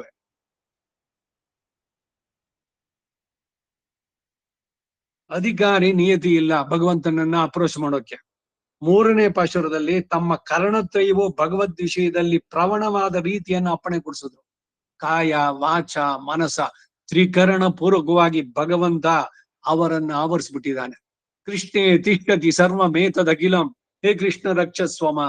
ಎಲ್ಲೆಲ್ಲೂ ಕೃಷ್ಣನೇ ಕಾಣುವಂತ ಮನಸ್ಥಿತಿ. ಆ ಮಟ್ಟಕ್ಕೆ ನೀವು ತಗೊಂಡು ಹೋಗೋದಾದ್ರೆ, ಆ ಕೃಷ್ಣ ನಿಮ್ಮನ್ನ ಆವರಿಸಿದ್ದೇ ಆದ್ರೆ ಅವನಿಗಿಂತ ಇನ್ಯಾವ ಅಧಿಕಾರಿ ಬೇಕು? ನಾಲ್ಕನೇ ಪಾಶುರದಲ್ಲಿ ನಿತ್ಯ ಸೂರಿಗಳಂತೆ ಅದು ತಾನೇ ನಿತ್ಯ ಅನುಭವ ಆಯಿತು ಅಂತಂದ್ರು. ಇಲ್ಲಿ ಪ್ರಯತ್ನ ಪೂರ್ವಕವಾಗಿ ಅದನ್ನ ಪಡೆಯಬೇಕು. ಭಗವಂತನ ಜೊತೆನಲ್ಲಿದ್ದು ಬೇರೆ ಎಲ್ಲವನ್ನು ಬಿಟ್ಟು, ಯೋ ಪರಮಾತ್ಮನಿ ರಕ್ತಃ ವಿರಕ್ತಃ ಅಪರಮಾತ್ಮನಿ, ಆ ಸ್ಥಿತಿನಲ್ಲಿದ್ದು ಯಾವ ದ್ವಂದ್ವಗಳಿಗೂ ಒಳಗಾಗದೆ ಅಂತವರಿಗೆ ನಿತ್ಯ ಅನುಭವ ಮುಂದಕ್ಕೆ ಮೋಕ್ಷದಲ್ಲೂ ಸಿಗುವಂತಹದ್ದು. ಐದನೇ ಪಾಶುರದಲ್ಲಿ ಅದನ್ನೇ ಪ್ರಯೋಜನವಾಗಿ ಆಶ್ರಯಿಸಿದವರಿಗೆ ಅವನು ನಿರತಿಶಯ ಭೋಗ್ಯಭೂತನು ಅಂತಂದ್ರು.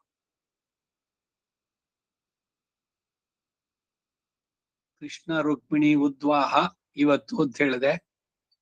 ಮದುವೆ ಎಲ್ಲ ಆದ್ಮೇಲೆ ಒಂದ್ ಘಟನೆ 60ನೇ ಅಧ್ಯಾಯದಲ್ಲಿ ಭಾಗವತದಲ್ಲಿ ದಶಮಸ್ಕಂದಲ್ಲಿ ಬರೋದು. ಅವರಿಬ್ರು ಜೊತೆನಲ್ಲಿ ಕೂತಿದ್ದಾಗ ರುಕ್ಮಿಣಿಗೆ, ಅಲ್ಲ ನೀನು ಯಾತಕ್ ನನ್ನ ಮದ್ವೆ ಆದೆ? ನಾನು ಎಲ್ಲದನ್ನು ಬಿಟ್ಟು ಸಮುದ್ರ ತೀರಕ್ಕೆ ಬಂದು ಇಲ್ಲಿ ಜಾಗ ಮಾಡ್ಕೊಂಡಿದ್ದೀನಿ, ಎಲ್ರಿಂದಾನು ಓಡಿಸ್ಕೊಂಡ್ ಬಂದವನು. ನನ್ ಜೊತೆ ಇರೋರೆಲ್ಲ ಗೊಲ್ರು ಇವ್ರುಗಳೇನೆ. ನಾನ್ ಯಾವ ರಾಜನು ಅಲ್ಲ, ಇದಕ್ಕೂ ಅಲ್ಲ. ನನ್ನನ್ನು ಏನು ಅಂತ ಬಯಸಿ ನೀನ್ ಮದ್ವೆ ಆದೆ? ಈಗ್ಲೂ ಕಾಲ ಮಿಂಚಿಲ್ಲ ನೋಡು. ಆ ಶಿಶುಪಾಲನ್ ಮದ್ವೆ ಆಗಿದ್ರೆ ಎಷ್ಟ್ ಚೆನ್ನಾಗಿರೋದು ನೀನು. ನೀವು ಬೇಕಾದ್ರೆ ನಾನ್ ಮಾಡಿಸ್ತೀನಿ ಮತ್ತೆ ಮದ್ವೆನ ಅಂತ ಅವಳನ್ನ ಛೇಡಿಸ್ತಾನೆ 8 ಕಾರಣಗಳನ್ನು ಕೊಟ್ಟು. ಇದನ್ ಕೇಳಿದ ತಕ್ಷಣ ಅವಳು ಮೈಯೆಲ್ಲ ಒಂಥರ ನಡುಕ ಬಂದ್ಬಿಟ್ಟು ಮೂರ್ಛಿತಳಾಗಿ ಬಿದ್ದು ಬಿಡ್ತಾಳೆ ರುಕ್ಮಿಣಿ. ಆಮೇಲೆ ಎತ್ತಿ ಅವಳನ್ನ ತಾನೇ ತಂದು ಪಲ್ಲಂಗದಲ್ಲಿ ಮಲಗಿಸಿ, ಇಲ್ಲ ನನಗ್ ಗೊತ್ತು ನೀನು ಕಾಯ ವಾಚ ಮನಸ ನನ್ನನ್ನೇ ಇದ್ ಮಾಡಿರೋದು, ಸುಮ್ನೆ ತಮಾಷೆಗೆ ಮಾಡದೆ ಅಂತ. ಇವನೊಂದ್ಸಲಿ ತಮಾಷೆಗಳು ಅತಿ ಆಗ್ಬಿಟ್ರೆ ಇದೇ ಕತೆ ಆಗೋದು. ಆಮೇಲೆ ರುಕ್ಮಿಣಿ ಅದಕ್ಕೆ ಉತ್ತರ ಕೊಡ್ತಾಳೆ, ನೀನ್ ಏನೇನ್ ಕಾರಣ ಹೇಳಿದ್ಯೋ ಅದೆಲ್ಲ ಸಕಾರವಾಗಿ ಹೇಗೆ ಅಂತ ಅಂದ್ಬಿಟ್ಟು ಅಂತೆಲ್ಲ. ಕಾಯ ವಾಚ ಮನಸ ನಿನ್ನನ್ನು ಬಿಟ್ಟು ಎಲ್ಲಿ ಕೃಷ್ಣನಿಂದ ನಾನು ಬೇರೇನೋ ಮಾತು ಕೇಳೋದು ನಾನಿಲ್ಲ ಅವತ್ತಿನ ದಿವಸ ಅಂತ. ಇದೇ ಅನುಭವ ಆ ಸೀತೆಗೆ ಅವಳು ಅಲ್ಲಿಂದ ಬಂದ ಮೇಲೆ ಹೋಗಿ ಕರ್ಕೊಂಬ ಅಂತ ವಿಭೀಷಣನ್ಗೆ ಅವಳು ಹೇಳ್ತಾಳೆ, ನಾನು ಹಿಂಗಿರೋಂಗೆ ಹೋಗ್ತೀನಿ ಅಂತ. ವಿಭೀಷಣ ಹೇಳ್ತಾನೆ, ಇಲ್ಲ ಇಲ್ಲ, ನೀನು ಮಂಗಳ ಸ್ನಾನವನ್ನ ಮಾಡಿ ರಾಮನನ್ನ ನೀನು ಎದುರುಗೊಳ್ಬೇಕು, ಇದು ಅವನ ಆದೇಶ ಅಂತ. ಸರಿ, ರಾಮನ ಮಾತು ಅಂತ ಹೇಳಿ ಮಂಗಳ ಸ್ನಾನ ಮಾಡಿ ಬರ್ತಾಳೆ. ಒಬ್ಬರ ಮೇಲೆ ಒಬ್ರು ಕಪಿಗಳು ಇವರೆಲ್ಲ ಇವಳನ್ನ ನೋಡ್ಬೇಕು ಅಂತ ಬಂದಾಗ, ಏನಾಗೋಲ್ಲ ಅವೆಲ್ಲರೂ ನಮ್ಮವರೇನೆ, ಅವಳು ನಡೆದು ಬರ್ಲಿ ಇದ್ದಾನೆ. ಇಲ್ಲಿ ಕಠೋರ ಅಲ್ಲಿ ರಾಮ. ಆಮೇಲೆ ಹೇಳ್ತಾನೆ, ಸೀತೆ ನಾನು ನಿನ್ನನ್ನ ಬಂದು ಇಲ್ಲಿ ಬಿಡಿಸಿದ್ದು ನನ್ನ ಪರಾಕ್ರಮಕ್ಕೆ ಒಂದು ಏನು ಕಳಂಕ ಇತ್ತು, ಅದಕ್ಕಾಗಿ ರಾವಣನನ್ನ ಕೊಂದೆ. ಈಗ ಬೇಕಾದ್ರೆ ನೀನು ವಿಭೀಷಣ್ ಜೊತೆನಾರು ಇರೋ, ಇಲ್ಲ ಅವನ ಜೊತೆನಲ್ಲಾರು ಇರೋ, ಸುಗ್ರೀವನ್ ಜೊತೆನಲ್ಲಿರು. ಏನ್ ರಾಮನ ಗೊತ್ತಿಲ್ವಾ ಅವಳು ಹೇಗಿದ್ಲು ಅಂತ? ಆಗ ಸೀತೆಯ ಉತ್ತರವಾಗ್ಲಿ ಈ ರುಕ್ಮಿಣಿಯ ಉತ್ತರವಾಗ್ಲಿ ಅದನ್ನ ನೋಡ್ಬೇಕು ನೀವು, ಒಂದೊಂದ್ರಲ್ಲೂ ಕೂಡ ಎಷ್ಟು ಇದಾಗ ಹೇಳ್ಬೇಕಾದ್ರಿ ಅಂತ.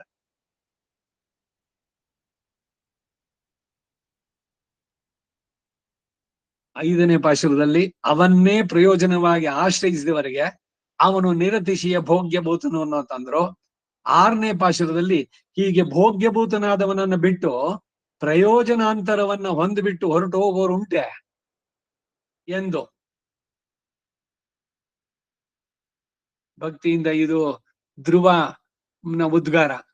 5ನೇ ವರ್ಷಕ್ಕೇನೆ ಕಾಡಿಗೆ ಹೋಗಿ ಭಗವಂತನನ್ನೇ ಕಂಡು ಅಪ್ಪನ್ ತೊಡೆ ಮೇಲೆ ಕೂತ್ಕೊಳ್ಬೇಕು ಅನ್ನೋ ಮೂರ್ಖತನದ ಬಯಕೆಯನ್ನ ಪಡೆದ್ನಲ್ಲ ನಾನು, ಆಗ್ಲೇ ಮೋಕ್ಷ ಸಾಮ್ರಾಜ್ಯವನ್ನೇ ಪಡಿಬೋದಾಗಿತ್ತು. ಏನು ವಿವೇಕ ನನಗಿದ್ದಿದ್ದು ಅಂತಾನೆ. ಆ ರೀತಿ ಭಗವಂತನೇ ಕಂಡಾಗ ನನಗ್ ಧನ ಧಾನ್ಯ ಪಶು ಬಹುಪುತ್ರ ಲಾಭ ದೀರ್ಘವಾದ ಆಯಸ್ಸು ಮಣ್ಣು ಮಸಿ ಎಲ್ಲ ಇದನ್ ಕೇಳ್ಕೊಂಡ್ರೆ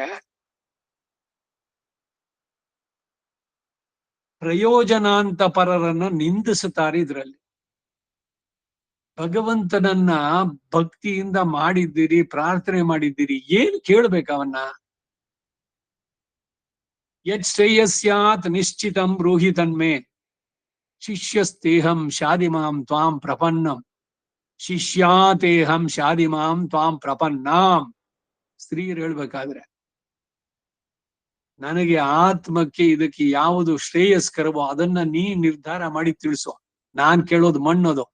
ಈ ಚಿನ್ನ ಬೇಕು, ಐಶ್ವರ್ಯ ಬೇಕು, ಆರೋಗ್ಯ ಬೇಕು, ಮಣ್ಣಿನ ವಾಸಿ ಆಗ್ಬೇಕು, ಮೊಮ್ಮಗನಿಗೆ ಅದ್ ಸಿಗ್ಬೇಕು, ಮೊಮ್ಮಗಳ ಮದುವೆ ಆಗ್ಬೇಕು, ಅವ್ರಿಗೆ ಮಕ್ಕಳಾಗ್ಬೇಕು, ಏನೇನೋ ಕಥೆಗಳು. ಇದೆಲ್ಲ ಕಟ್ಕೊಂಡು ಏನಾಗ್ಬೇಕು ನಿಮ್ಗೆ? ಎಲ್ರನ್ನ ಅವ್ರಿಗೆ ಒಪ್ಪಿಸ್ಬಿಟ್ಟು ಮರ್ತ್ ಬಿಡಿ ಅವ್ರ ಬಗ್ಗೆ ಎಲ್ಲ. ಮಾಂ ಮದೀಯಂಚನಿಗಿಲಂ ಚೇತನ ಅಚೇತನಾತ್ಮಕ ಸ್ವಕೈಂಕರ್ಯೋಪಕರಣಂ ಹೇ ವರದ ಸ್ವೀಕುರು ಸ್ವಯಂ. ಇನ್ ಮುಂದಕ್ಕೆ ನಾನು ನಿರ್ಭಯ, ನನಗೆ ಯಾವ ಭಾರವೂ ಇಲ್ಲ, ಏನ್ ರೆಸ್ಪಾನ್ಸಿಬಿಲಿಟಿನೂ ಇಲ್ಲ. ಯಾಕೆಂದ್ರೆ ಎಲ್ಲ ನಿನ್ಗೆ ಒಪ್ಸಿದ್ದಾಯ್ತು. ಮತ್ತ ಅವ್ರನ್ನೆಲ್ಲ ಎಲ್ರನ್ನೂ ನಿನ್ಗೆ ಒಪ್ಸಿದ್ದಾಯ್ತಲ್ಲ, ನಿನಗೆ ಹೆಂಗ ಬೇಕೋ ಅವ್ರು ನಡ್ಸ್ಕೊ.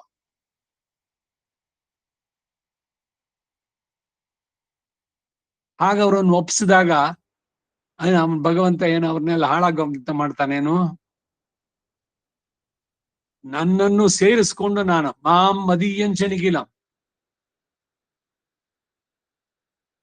ಇನ್ ಮುಂದಕ್ಕೆ ಎಲ್ಲ ನಿನ್ನ ಇಚ್ಛೆ, ನಿನ್ನ ಸಂಕಲ್ಪದಂತೆ. ಎಲ್ಲರೂ ಕೂಡ ಅಷ್ಟೇ, ಅವರ ಏಳಿಗೆನೋ ಅವರ ಕರ್ಮದ ಪ್ರಕಾರ ಅವರು ಅನುಭವಿಸೋದು ಪ್ರತಿ ಒಂದು ಕೂಡ ನಿನ್ನ ಸಂಕಲ್ಪ. ಶ್ರೀಯಫ್ ಪತಿ ಅವರಿಬ್ರು ಸೇರಿ, ಯಾಕೆಂದ್ರೆ ಒಪ್ಸಿದ್ದಾಗಿದೆ.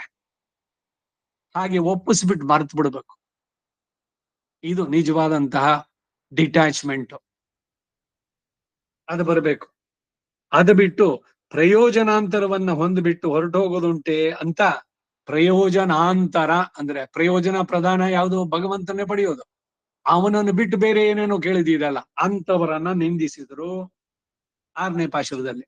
7ನೇ ಪಾಶುರದಲ್ಲಿ ಇವನನ್ನೇ ಪ್ರಯೋಜನವಾಗಿ ಆಶ್ರಯಿಸಿದವರು ಹೀಗೆ ಕಾಲವನ್ನು ಕಳೆಯುತ್ತಾರೆ. ಹೇಗೆ? ಕಾಲಕ್ಷೇಪಂ ಅಂತ ಬಂತಲ್ಲಿ. ಇನ್ನದೆನ್ನಾರ್ ಮಾಶಿತ್ತುಂ ಪೋಕಿಶಿತ್ತುಂ ಪೋಕಿನೇನ್ ಪೋದೆ ಉತ್ತರ ಕೃತ್ಯಾಧಿಕಾರ ರಹಸ್ಯ ತ್ರೈಸಾರದಲ್ಲಿ. ಭಗವಂತನಿಗೆ ಸಮರ್ಪಣೆ ಮಾಡಿದ್ಮೇಲೆ ಭಗವಂತ ಇಟ್ಟಂಗೆ ಇರುವೇನೋ ಹರಿ ಎಂದ್ರು ದಾಸರು. ನೀ ಏನಾರು ಕೊಡು, ಏನನ್ನ ಮಾಡ್ತೀಯೋ, ಸುಖವೋ ದುಃಖವೋ ಎಲ್ಲ ನಿನ್ನದು ವರಪ್ರಸಾದ. ಅದು ಏನು ಬಂದ್ರು ಕೂಡ ಎಲ್ಲ ಒಳ್ಳೇದಕ್ಕೇನೆ. ಹೀಗೆ ಭಗವಂತನ ಚಿಂತನೆಯಲ್ಲಿ ಕಾಲವನ್ನು ಕಳೀತಾರೆ ಅಂತಂದ್ರು. 8ಾಂ ಪಾಟೀಲ್ 8ನೇ ಪಾಶುರದಲ್ಲಿ ಪ್ರಾಪ್ತಿ ವಿರೋಧಿಗಳನ್ನ ಅವನು ತಾನೇ ನಾಶ ಮಾಡ್ತಾನೆ. ಪ್ರಾಪ್ತಿ ವಿರೋಧಿ ಅಂದ್ರೇನು? ಭಗವಂತನ ಪಡೆಯೋದಕ್ಕೆ ಅಡ್ಡಿಯಾಗಿರುವ ನಮ್ಮ ಪ್ರಬಲತರ ಪ್ರಾಚೀನ ಕರ್ಮಗಳು, ಅವುಗಳನ್ನೆಲ್ಲ ತಾನೇ ಈ ವಿಲ್ ರಿಮೂವ್ ಇಟ್. ನಾವು ಅದಕ್ಕೆ ಸಪರೇಟ್ ಆಗಿ ಇನ್ನೊಂದು ಕೇಳ್ಬೇಕಾಗಿಲ್ಲ. 9ನೇ ಪಾಶುರದಲ್ಲಿ ಇದು ಸರಿಯೋ ಎಂಬ ಸಂದೇಹ ಉಂಟಾದ್ರೆ ಬರೀ ಅವನ ಸ್ವಭಾವನ್ನೇಯೋ ನೋಡೋದು ನೀವು. ಅವನ ಹತ್ತಿರದಲ್ಲಿ ಇರೋರು ನಿತ್ಯ ಅನಪಾಯಿನಿ, ಅವರನ್ನ ನೋಡ್ಬೇಡ್ವೆ? ದೈವೋ ದಂಪತಿನಃ ಅಂದ್ರು 10ನೇ ಪಾಶುರದಲ್ಲಿ. ಇವರುಗಳು ಎಷ್ಟು ಕಾಲದಲ್ಲಿ ವಿರೋಧಿ ನಿರಸನ ಮಾಡ್ತಾರೆ ಅಂದ್ರೆ, ಏನಿನ್ 4 ಜನ್ಮನ? ಇಲ್ಲ, ಅನುಪಲಬ್ಧ ಪ್ರಾರಬ್ಧ ಕರ್ಮ. ಇದು ಉಪಲಬ್ಧವಾದದ್ದು ಈ ಜನ್ಮದ ಶರೀರದೊಂದಿಗೆ. ಆಗ ಅದು ಎಲ್ಲ ಸೇರ್ಕೊಳ್ಳುತ್ತೋ ಅಂತಂದ್ರೆ ಅವೆಲ್ಲ ಏನಿಲ್ಲ. ಕ್ಷಣ ಕಾಲದಲ್ಲಿ ಇಂತಾರೆ. ಕೊನೆಯಲ್ಲಿ ಫಲಶ್ರುತಿ, ಈ ತಿರುವಾಳ್ಮಳಿಯನ್ನ ಅಭ್ಯಾಸ ಮಾಡಿದ್ರೆ ಮತ್ತೆ ಸಂಸಾರದಲ್ಲಿ ಹುಟ್ಟಬೇಕಾಗುವುದಿಲ್ಲ ಅಂದರು. ಆಳ್ವಾರೆಂಬೆರುಮಾನಾರ್ ಜಿಯರ್ ತಿರುವಡಿಗಳೇ ಶರಣಂ. ಮುಂದಿನ ಪತ್ತಿಗೆ ಹೋಗೋಣ. 7ಾಂ ಪತ್ತು ಪಿರವಿತ್ತುಯರರ. 7ಾಂ ತಿರುವಾಯ್ಮೊಳಿ ಪ್ರವೇಶ. ಕೀಳಿಲ್ ಅಂದ್ರೆ ಹಿಂದೆ ಹೇಳಿದ್ದು 6ನೇ ಇದರಲ್ಲಿ. ತಿರುವಾಯ್ಮೊಳಿயிலே ಸ್ವಾರಾಧನ್ என்றார், அதில் சொன்ன ஆசிரியம் தான் போகரூபமாயிருக்கும் என்கிறார். இதில் பகவத் சமாசிரயணமாகிறது தான் இதுக்கிட்டு பிறவாத சர்வேஸ்வரனும் ஆசைப்படும்படி போகரூபமாய் இருப்பதொன்றிரே. அஸ்ரத்ததானாக புருஷாக விஸ்வாச பூர்வகத்வார் ரஹிதரானவர்கள் அஸ்ய தர்மஸ்யா என்றானிரே. தனக்கும் இனிதாயிருக்கையாலே பரந்தப விரோதி வர்க்கத்தையே உதரவல்லாய் நீ என்றோ. அப்பிராபியமாம் நிவர்த்தந்தே செய்த குத்தங்களை அடைய பொறுத்து தங்களை நல்வழி போக்கம் என்ன விட்டு தந்தாமுடைய விநாசத்தை சூழ்ப்பதான சம்சாரத்தை விரும்பி அவ்வழியே போகா நிற்பர்கள். இதுதான் இருந்தபடி பாராய் என்கிறான். பிரத்யக்ஷாவகமம் நமாம் சச்சக்ஷுர் அபிவீக்ஷதே தம் என்கிறார்.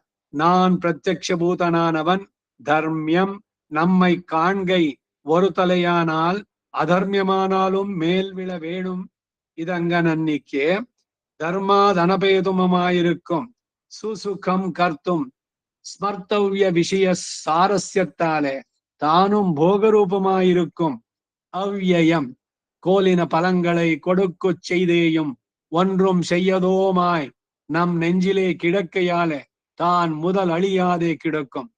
ஸ்ரீயப்பதியாய் சமஸ்த கல்யாண குணாத்மகனாய் சகல ஆத்மாக்களுக்கும் சேஷியாய் நிரதிசய ஆனந்தயுக்தனாய் ஏஷ ஹேவானந்தயாதி என்கிறபடியே தன்னை கிட்டினாரையும் ஆனந்திப்பிக்க கடவனாய் மோட்ச தசையில் அனுபவம் இனிதாகிறதும் அவனை பத்தி வருகையாலே இரே. அப்படியே ஆஷ்டயனமும் அவனை பத்தி வருகையாலே போக ரூபமாயிருக்குமிரே. இப்படி சாதன சமயவே தொடங்கி இனிய விஷயத்தை பத்தா நிற்கச் செய்தே அவனை விட்டு க்ஷுத்ர பிரயோஜனத்தை கொண்டகலுவதே என்று கேவலரை நிந்தியா நின்று கொண்டு இத்தை வழியில் தாமுளர் ஆகாதபடி தமக்கு இனிதா இருக்கையாலே இவ்வாசிரியனத்தினுடைய இனிமையை சொல்லி தலை ಕಟ್ಟುகிறார். ಇದಿಷ್ಟು 7ನೇ ತಿರುವಾಯ್ಮೊಳಿಗೆ ಪ್ರವೇಶ. ಅದರ ಕನ್ನಡ ಅವತರಣಿಕೆ ಹಿಂದಿನ ತಿರುವಾಯ್ಮೊಳಿಯಲ್ಲಿ 1:6 ಸ್ವಾರಾಧನು ಅಂತಂದ್ರು, ಅವನೇ ಆರಾಧ್ಯನಾದವನು. ಅದರಲ್ಲಿ ಹೇಳಿದ ಆಶ್ರಯಮು ತಾನೇ ಭೋಗರೂಪವಾಗಿರುತ್ತದೆ ಅಂತಾರೆ. ಇದರಲ್ಲಿ ಈ 7ನೇ ಪದ್ನಲ್ಲಿ ಆಶ್ರಯಿಸಬೇಕಾದವನು ಅವನು ಹುಟ್ಟು ಸಾವು ಚಕ್ರ ಬಿಡಿಸಿ ಮೋಕ್ಷವನ್ನು ಕೊಡ್ತಾನೆ. ಆದ್ರೆ ಅವನನ್ನು ಆಶ್ರಯಿಸುವುದು ಇದೆಯಲ್ಲ, ಅದು ಎಷ್ಟು ಆನಂದದಾಯಕವಾಗಿದೆ, ಭೋಗರೂಪವಾಗಿದೆ ಅಂತಾರೆ. ಈ ದಶಕದಲ್ಲಿ ಭಗವತ್ ಸಮಾಶ್ರಯಣವಾದದ್ದು, ಸಮಾಶ್ರಯಣ ಏನ್ ಶಂಖಚಕ್ರ ಹಾಕಿಸ್ಕೊಳ್ಳೋದ ಭಗವಂತನತ್ತ ಅಂದ್ರೆ ಭಗವಂತನನ್ನ ಆಶ್ರಯಿಸೋದು. ಸಮಾಶ್ರವಣ ಅಲ್ಲ, ಅದು ಸಮಾಶ್ರಯಣ. ಪಂಚ ಸಂಸ್ಕಾರ ಚೇತನರಿಗೆ ಉಂಟಾಗೋದು, ಭಗವಂತನ ಒಡನಾಟ. ಹಾಗೆ ಭಗವತ್ ಸಮಾಶ್ರಯಣ, ಅವನನ್ನೇ ಆಶ್ರಯಿಸೋದು. ತಾನು ಇದಕ್ಕೆಂದು ಅನನ್ಯಾರ್ಹನಾಗದಂತಹ, ಅಂದ್ರೆ ಅರ್ಹನಾಗೋದು ಬೇರೆ ಬೇರೆ ಅದಕ್ಕಲ್ಲ, ಅವನಿಗೆ ಒಬ್ಬನಿಗೆ ನಾನು, ಅವನನ್ನು ಬಿಟ್ಟು ಇಲ್ಲ. ಅನನ್ಯಾರೇ ಶೇಷಿತ್ವ ಅಂದ್ರೂ ಇದೇನೆ, ಭಗವಂತನೇ ಸರ್ವಶೇಷಿ, ಅವನನ್ನು ಬಿಟ್ಟು ನಾನು ಆ ದೇವ್ರ ಹತ್ರನೂ ಹೋಗ್ತೀನಿ ಇಲ್ಲೂ ಹೋಗ್ತೀನಿ ಅಂತ ಆಗ್ಬಾರ್ದು. ಸರ್ವೇಶ್ವರನು ಆಸೆ ಪಡುವಂತೆ ಭೋಗರೂಪವಾಗಿರುವುದೊಂದಷ್ಟೇ. ಅಶ್ರದ್ಧದಾನಾಹ ಪುರುಷಾಹ, ವಿಶ್ವಾಸ ಪೂರ್ವಕವಾದ ತ್ವರೆ ಇಲ್ಲದವರು, ಅಸ್ಯ ಧರ್ಮಸ್ಯ, ಈ ಧರ್ಮ ಎಂದಿನಷ್ಟೇ ತನಗೂ ಭೋಗ್ಯವಾಗಿದ್ದರಿಂದ ಹೀಗೆ ಹೇಳಿದ್ರು. ಪರಂತಪ ವಿರೋಧಿ ವರ್ಗವನ್ನ ನಿರಸನ ಮಾಡಬಲ್ಲೆಯಾದವನು ನೀನಲ್ವೋ.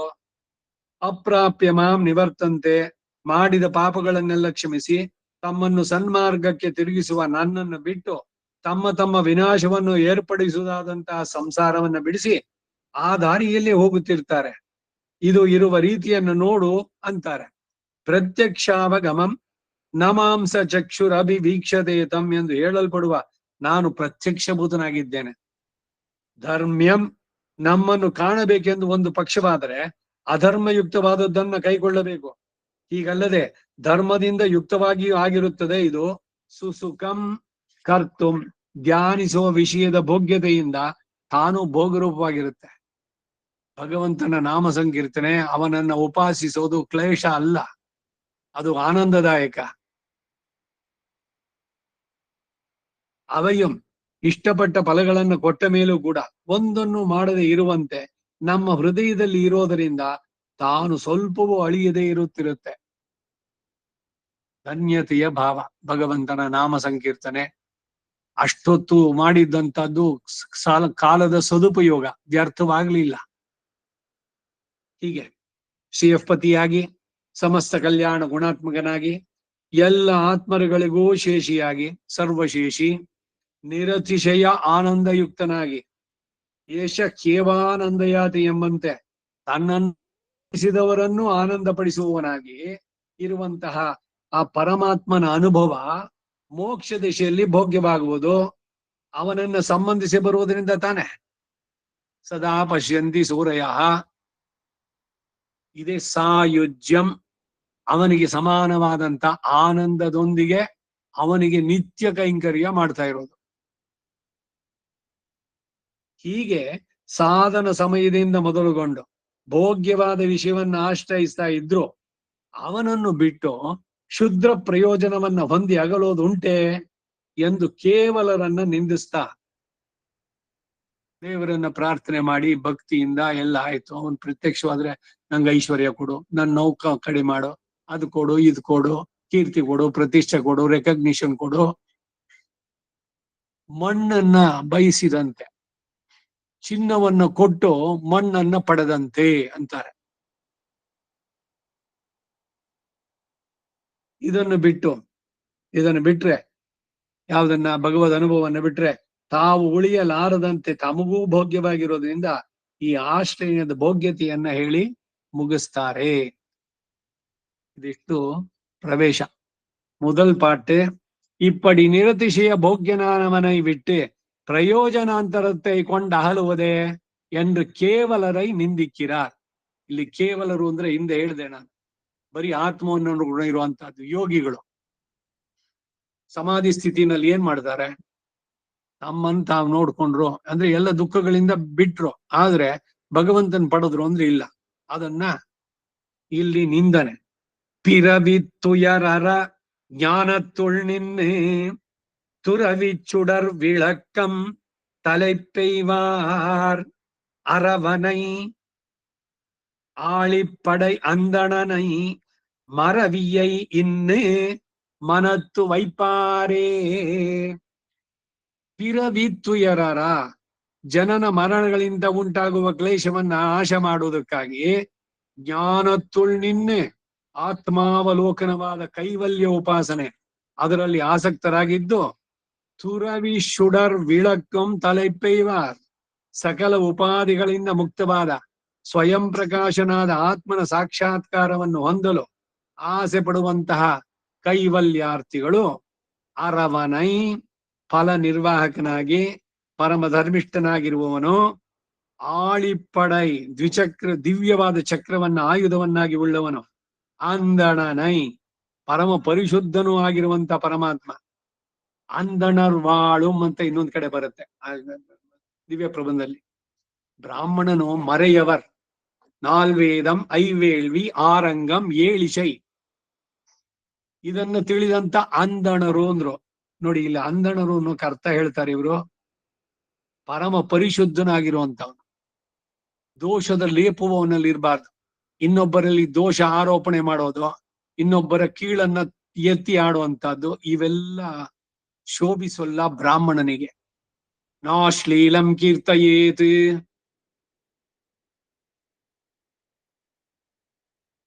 ಯಾರನ್ನೇ ಏನೇ ಹೇಳಿ ಅಯ್ಯೋ ಅವ್ರ ಗೊತ್ತು ಬಿಡಿ, ಅವ್ರು ಚಿಕ್ಕ ವಯಸ್ಸಿನಲ್ಲಿ ಕದ್ಬಿಟ್ಟಿದ್ರು, ಇಲ್ಲೇನೋ ಒಂದ್ ಮಾಡಿದ್ರು, ಬರೀ ಅದೇನ, ಅದಾದ್ಮೇಲೆ ಅವ್ರ ಏನ್ ಬದಲಾವಣೆ ಆಗಿಲ್ವಾ? ಯಾಕೆ ಬರೀ ಅದನ್ನೇ ನೆನಪಾಗ್ಬೇಕು? ಯಾರು ಪರ್ಫೆಕ್ಟ್ ಇಲ್ಲಿ ಲೋಕದಲ್ಲಿ? ನೈ ಸರ್ವಂ ಸರ್ವಜಾನಾತಿ, ಎಲ್ಲರೂ ಎಲ್ಲವನ್ನು ತಿಳಿಯೋದಿಲ್ಲ, ತಿಳಿಯೋಕ್ ಆಗೋಲ್ಲ. ಯಾವುದೇ ವಿದ್ಯೆ ತಗೊಳ್ಳಿ, ಯಾವುದು ಪೂರ್ಣರಲ್ಲ. ಅವ್ರಿಗೆ ಬೇಕಾದಷ್ಟು ಬಿರುದುಗಳು ಇದೆಲ್ಲ ಬಂದಿರ್ಬೋದು, ಡಾಕ್ಟರೇಟ್ಗಳು ಎಲ್ಲಾನು ಕೂಡ. ಏನೇ ಇದ್ರು ಕೂಡ ಇವನೇನ್ ಪೂರ್ಣ ಆಗ್ಲಿಲ್ಲ. ಪೂರ್ಣ ಅಂತಂದ್ರೆ ಭಗವಂತನೊಬ್ಬನೇ. ಅದನ್ನ ಬಹಳ ಸ್ಪಷ್ಟವಾಗಿ ತಿಳಿದು ಬೇರೆಯವರಲ್ಲಿ ದೋಷವನ್ನ ಗಮನಿಸುವುದನ್ನ ಬಿಡಬೇಕು. ಇದು ಬಹಳ ಬಹಳ ಮುಖ್ಯವಾದದ್ದು ಬ್ರಾಹ್ಮಣನಿಗೆ.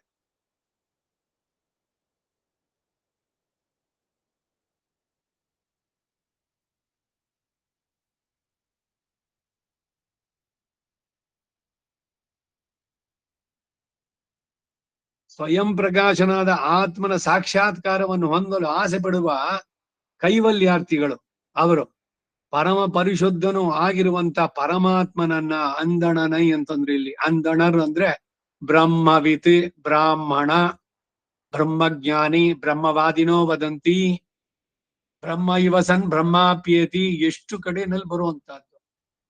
ಬ್ರಹ್ಮದ ಬಗ್ಗೆ ತಿಳಿಯುವಂತವನು ಬ್ರಹ್ಮಚರ್ಯ, ಬ್ರಹ್ಮನ ಬಗ್ಗೆ ತಿಳಿಯುವಂತವನು ಬ್ರಹ್ಮಚಾರಿ ಅಂತಂದ್ರೆ ಮದುವೆ ಆಗದವನು ಅಂತ ಅರ್ಥ ಅಲ್ಲ. ಇಲ್ಲಿ ಅವನ ಬಗ್ಗೆ ತಿಳಿಯಬೇಕಾದವನು. ಅಂತಹ ಇಲ್ಲಿ ಅಂದಣನೈ ಅಂದ್ರೆ ಪರಿಶುದ್ಧನಾಗಿರೋನು, ಎಲ್ಲ ದೋಷಗಳಿಂದ ದೂರಾದವನು, ಅಖಿಲ ಹೇಯ ಪ್ರತ್ಯನೀಕನಾಯ್ ಸಕಲ ಕಲ್ಯಾಣ ಗುಣ ಪರಿಪೂರ್ಣನಾಯ್ ಇರುವಂತ ಪರಮಾತ್ಮನನ್ನ ಮರವಿಯೈ ಇನ್ನಿ ತಾವು ಆಸೆ ಪಟ್ಟು ಫಲದಲ್ಲಿ ವಿಸ್ಮೃತಿ ಇಲ್ಲದೆ ಸಾಧನತ್ವದಿಂದ ಮನತ್ತು ವೈಪಾರ್ ಏ ಉಪಾಸನೆ ಮಾಡ್ತಾರೆ. ಮನತ್ತು ವೈಪಾರೇ, ಆ ಏ ಇದೆಯಲ್ಲ ಏಕಾರ ಏವಕಾರ ಅದರಲ್ಲೇ ಇರುವಂತವ್ರು ಅಂತ. ಈಗ ಈ ಮೊದಲನೇ ಪಾಶುರಕ್ಕೆ ಈಡು. பிறவித்துயரற ஞானத்துள் நின்று ஜராமரண மோக்ஷாயா என்றிதே பாருண்டு கேவலர் அவரடை சொல்லுகிறது. ஐஸ்வர்யார்த்திக்கும் ஆத்ம பிராப்தி காமனுக்கும் பகவத் பிராப்தி காமனுக்கும் ஒக்குமாயிற்று. சர்வேஸ்வரனை உபாசிக்கையும் அந்திம ஸ்மிருதியும் இனிப்பேத்தில் தாரதமியம் வருகிறபடி என்னில் உபாசன சமயத்திலே சிறுக கோலுகையாலே, அதாவது அவன் அளவும் செல்லாதே நடுவே வரம்பிட்டு கொள்ளுகை அத்தையிரே வரம்பொழி வந்து என்கிறது. அது தனக்கடி அவர்கள் சுகிருத தாரதமியம் சதுர்விதா பஜந்தே மாம் ஜனாக சுகிருதினோர்ஜுனா என்று அருளி செய்தானிரே. சுகிருதத்துக்கு அனுரூபமாக மாயித்து புருஷார்த்தங்களில் ருச்சி பிறப்பது, ருச்சி அனுகுணமாக வாயிற்று உபாசிப்பது, உபாசனானுகுணமாக இருக்க கடவுது பலமம். பிறவி துயர் இத்தியாதி இவனை பற்றி இப்பேற்றை பெத்து போவதே என்கிறார். பிறவி என்கிற வித்தால் ஜென்மம் தொடக்கமாக உண்டான மத்தியை 5 விகாரங்களையும் நினைக்கிறது.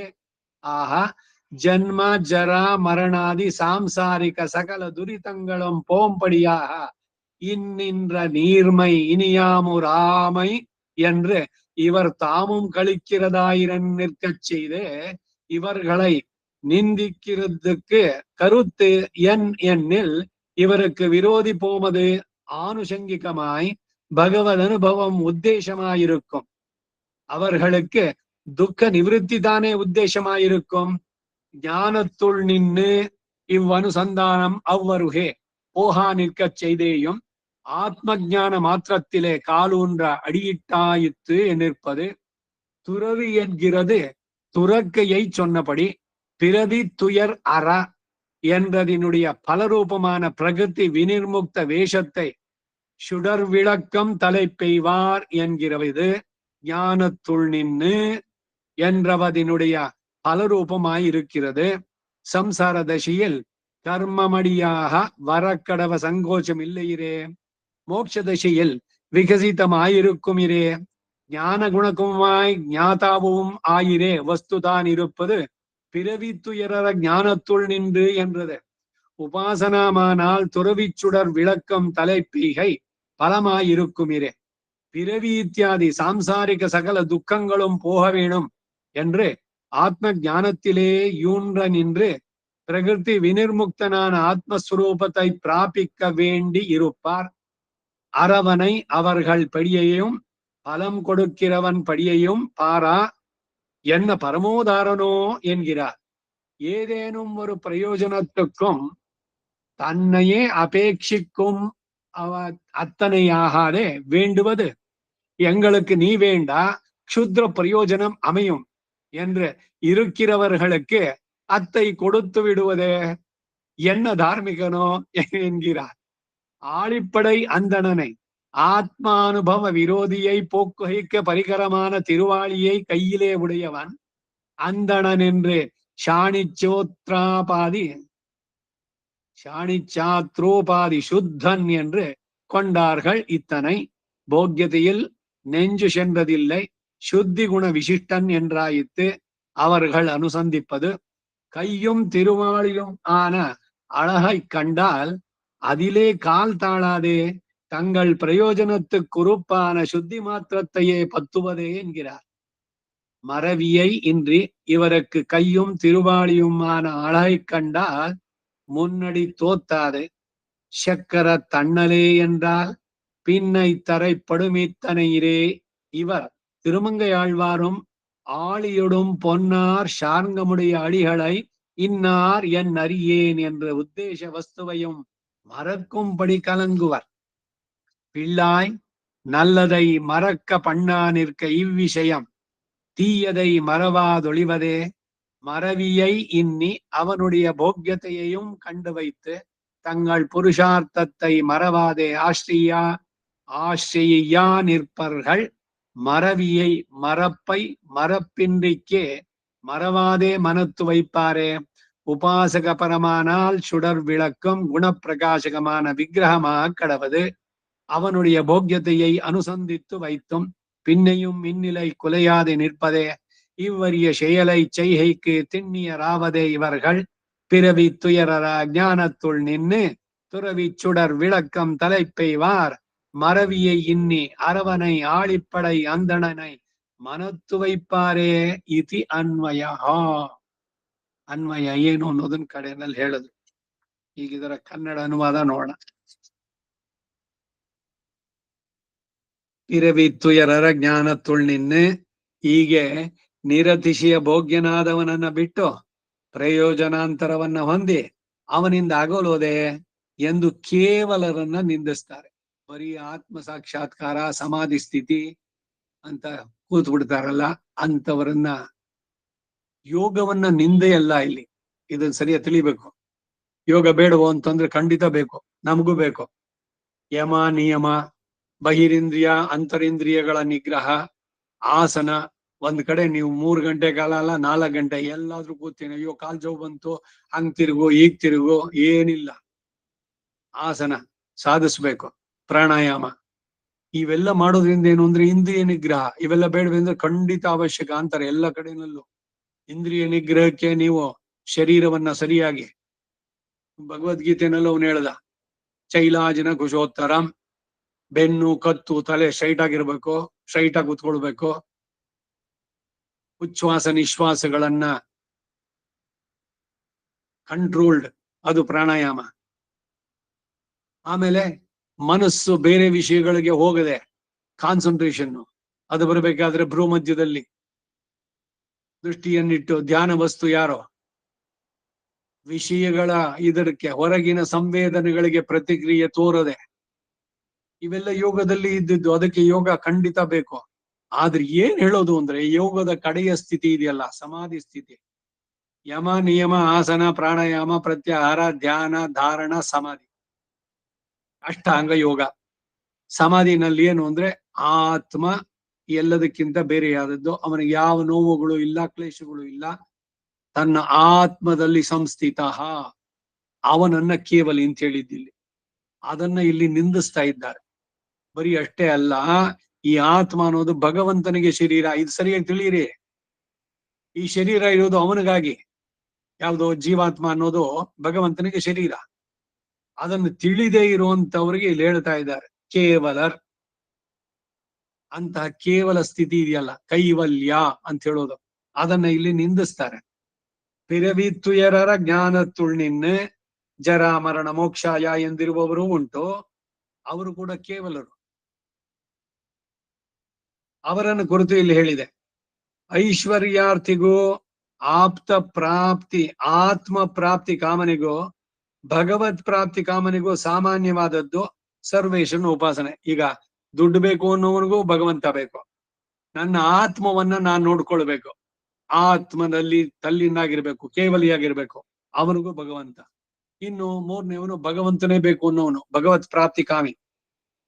ಇವರೆಲ್ರಿಗೂ ಸಾಮಾನ್ಯವಾದದ್ದು ಇದು.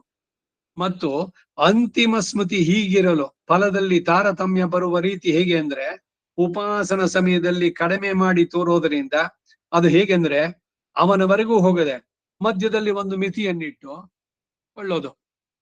ನನ್ನನ್ನ ನಾನು ನೋಡ್ಕೊಂಡಿದ್ಬಿಟ್ರೆ ಸಾಕು, ಪ್ರಾಪಂಚಿಕವಾದ ವಿಷಯದಿಂದ ಬಿಡುಗಡೆ ಆಯ್ತು, ಆಗೋಯ್ತು, ಇದೇನ ಮೋಕ್ಷ, ಇಲ್ಲೇನೆ ಅವರು ತಪ್ಪಿದ್ದು ಅಂತಾರೆ.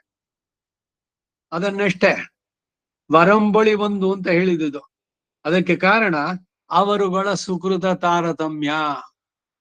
ಯಾಕೆ ಇವರುಗಳಿಗೆ ಇದೆಲ್ಲ ಅಂತಂದ್ರೆ, ಹಿಂದೆನೂ ಒಂದ್ಸಲಿ ಬಂತು. ಈಗ ಭಗವದ್ವೇಷಿಗಳು ಭಗವಂತನನ್ನ ಅಥವಾ ಭಗವಂತನ ಶಾಸ್ತ್ರವನ್ನ ಭಗವದ್ ಭಕ್ತರನ್ನ ನಿಂದಿಸೋದ್ರಲ್ಲಿ ಆನಂದ. ಯಾಕೆ ಅವ್ರಿಗೆ ಆತರ ಬುದ್ಧಿ ಅಂದ್ರೆ, ಅವ್ರು ಅಷ್ಟು ತೀವ್ರವಾದ ಭಗವದ್ ಅಪಚಾರವನ್ನು ಮಾಡಿದ್ರು. ಭಗವಂತನ ಆಜ್ಞಾತಿ ಲಂಘನ, ಅವನ ಆಜ್ಞೆಯನ್ನು ಉಲ್ಲಂಘಿಸಿದ್ದಕ್ಕೆ ಅದು. ಅದಕ್ಕೆ ಭಗವಂತನೇ ಶಿವನಿಗೆ ಹೇಳದ್ನಂತೆ, ಮೋಹಶಾಸ್ತ್ರಂಕಾರಯ್ಯ. ಶಿವನೇ ಮಾಡಿದ್ದು ಏನು, ಪಾಶುಪತ ಮತ, ತಲೆನ ಭೂಮಿ ಒಳಗಡೆ ಹಾಕೊಳ್ಳಿ, ಶವದ ಮೇಲೆ ಕೂತ್ಕೊಂಡು ತಿನ್ನಿ, ಆ ತಲೆ ಬುರುಡೆ ಅದನ್ನೇ ಆಹಾರ, ಸ್ಮಶಾನದಲ್ಲಿ ಇವರು ವಾಸ, ಶವದ ಭಸ್ಮವನ್ನು ಮೈಗೆ ಹಚ್ಕೊಳ್ಳೋದು, ಅದರಿಂದ ಏನೋ ಶಕ್ತಿ ಸಿಗುತ್ತೆ, ತ್ರಿಕಾಲದರ್ಶಿತ್ವ. ಈ ಪಕ್ಷಿಗಳು ಅವುಗಳು ಮಾತಾಡೋದು, ಆ ಭಾಷೆಯನ್ನು ತಿಳಿಯೋದು, ಎಲ್ಲೆಲ್ಲೋ ಏನೇನೋ ಹುಚ್ಚುತನಗಳು. ಏನ್ ಸಾಧಿಸಿದ್ದು ಅದರಿಂದ? ಪಕ್ಷಿಗಳು ಮಾತಾಡೋದನ್ನ ಕೇಳ್ಬಿಟ್ಟು ಏನಾಯ್ತು? ಜಲಸ್ತಂಭನ, ಅಗ್ನಿಸ್ತಂಭನ, ವಾಯುಸ್ತಂಭನ. ಯಾರತ್ರನಾದ್ರು ಸಾಧ್ಯನೋ? ಏನೂ ಆಶ್ಚರ್ಯ ಪಡ್ಬೇಕಾಗಿಲ್ಲ. ಇವೆಲ್ಲ ಸಾಧನೆನೇ ಅಲ್ಲ. ಈ ರಾಮಕೃಷ್ಣ ಜೀವನದ್ದು ಒಂದ್ಸಲ ಹಿಂದೆ ಹೇಳಿದ್ದೆ ನಿಮಗೆ ನೆನಪಿದ್ರೆ. ಗಂಗಾ ನದಿ ಮೇಲೆ ಯಾವುದು ಇಲ್ಲದೆ ಅವ್ನು ನಡ್ಕೊಂಡು ಬರ್ತಾನೆ ಈ ಕಡೆಯಿಂದ ಆ ಕಡೆಗೆ. ಅದ್ರದ್ದೊಂದು ಡೆಮಾನ್ಸ್ಟ್ರೇಷನ್ ತೋರಿಸ್ಬೇಕು ಅಂತ ರಾಮಕೃಷ್ಣ ಪರಮಹಂಸರನ್ನು ಕರೆದ. ಎಲ್ರು ಕೂತ್ರು. ಎಲ್ರು ನೋಡ್ತಾ ಇರೋ ಹಾಗೇನೆ ನೀರಿನ ಮೇಲೆ ಹೆಜ್ಜೆ ಇಟ್ಕೊಂಡು ಸೀದಾ ನಡ್ಕೊಂಡು ಹೋದ ಅಲ್ಲಿಗೆ, ಆ ತುದಿಗೆ. ಅಲ್ಲಿಂದ ವಾಪಸ್ ಬಂದ್ಬಿಟ್ಟು ರಾಮಕೃಷ್ಣ ಪರಮಹಂಸರ ಹತ್ರ, ನೋಡಿದ್ರ ನಾನು ಏನನ್ನು ಸಾಧಿಸಿದ್ದೇನೆ ಅಂತ. ಅವ್ರು ನಗುತ್ತಾ ಇದ್ರು ರಾಮಕೃಷ್ಣ ಪರಮಹಂಸರು. ಈ ಕೆಲಸ, ಈ ಸಿದ್ಧಿಯನ್ನ ನೀನ್ ಪಡೆದಿಯಲ್ಲ, ಅದಕ್ಕೆ ಎಷ್ಟು ವರ್ಷ ಆಯ್ತು? 25 ವರ್ಷಗಳ ಸಾಧನೆ ಇದು. ಹೌದಾ? ನಿನ್ನ ಜೀವನದ 25 ವರ್ಷ ಅಮೂಲ್ಯವಾದಂತ ಜೀವನವನ್ನ ಈ ದೋಣಿನವನಿದಾನಲ್ಲ ಪಕ್ಕದಲ್ಲಿ, ಅವನಿಗೆ 4 ಆಣಿ ಕೊಟ್ಟಿದ್ರೆ ಇಲ್ಲಿ ಅಲ್ಲಿಗೆ ದಾಟಿಸ್ಬಿಡ್ತಿದ್ದ. ನಿನ್ನ ಜೀವನವನ್ನ ಸುಮ್ಮನೆ ವ್ಯರ್ಥವಾಗಿ ಮಾಡಿದ್ಯಲ್ಲೋ 25 ವರ್ಷ. ನೀರಿನಲ್ಲಿ ಮಾಡೋದು ಏನ್ ಸಾಧಿಸಿದ್ದು ನೀನು ಅಂತ. ಹೀಗೆ ಏನೇನೋ ಸಾಧಿಸ್ಬೇಕು ಅನ್ನೋ ಹುಚ್ಚುತನ. ಮನುಷ್ಯ ಜನ್ಮದಲ್ಲಿ ಏನನ್ನು ಸಾಧಿಸ್ಬೇಕಾಗಿತ್ತೋ ಅದ್ರ ಬಗ್ಗೆ ಅರಿವಿದೆಯೋ?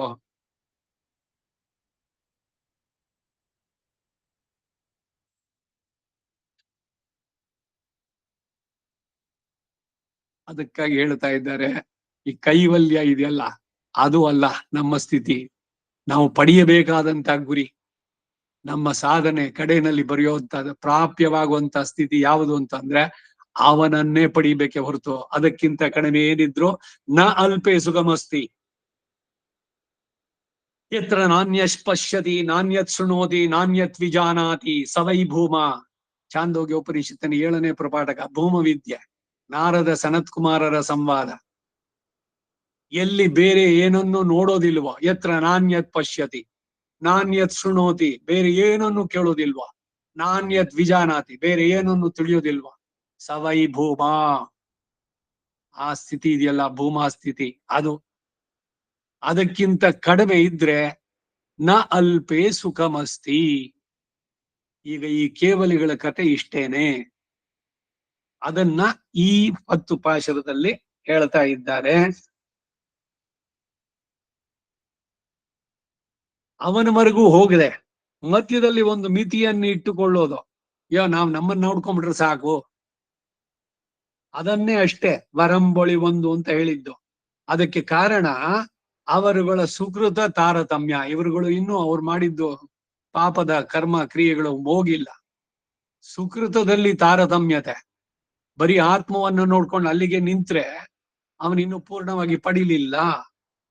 ಚತುರ್ವಿಧ ಭಜಂತೆ ಮಾಂ ಜನಾಹ ಸುಕೃತಿನೋರ್ಜುನ ಎಂದು ತಾನೆ ಇವನ್ ತಿಳಿಸ್ಕೊಟ್ಟಿದ್ದು.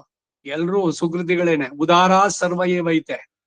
ಆದ್ರೆ ಜ್ಞಾನೀತು ಆತ್ಮ ಇವ ಮೇಮತಂ.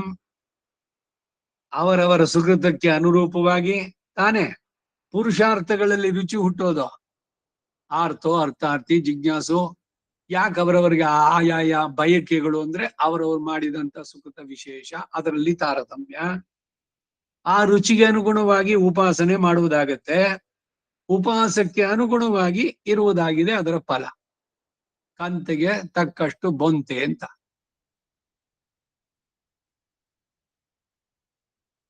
ಏನೋ ಕಾರ್ಯಕ್ರಮ ಎಲ್ಲ ನಡೆಸಿದ್ದು.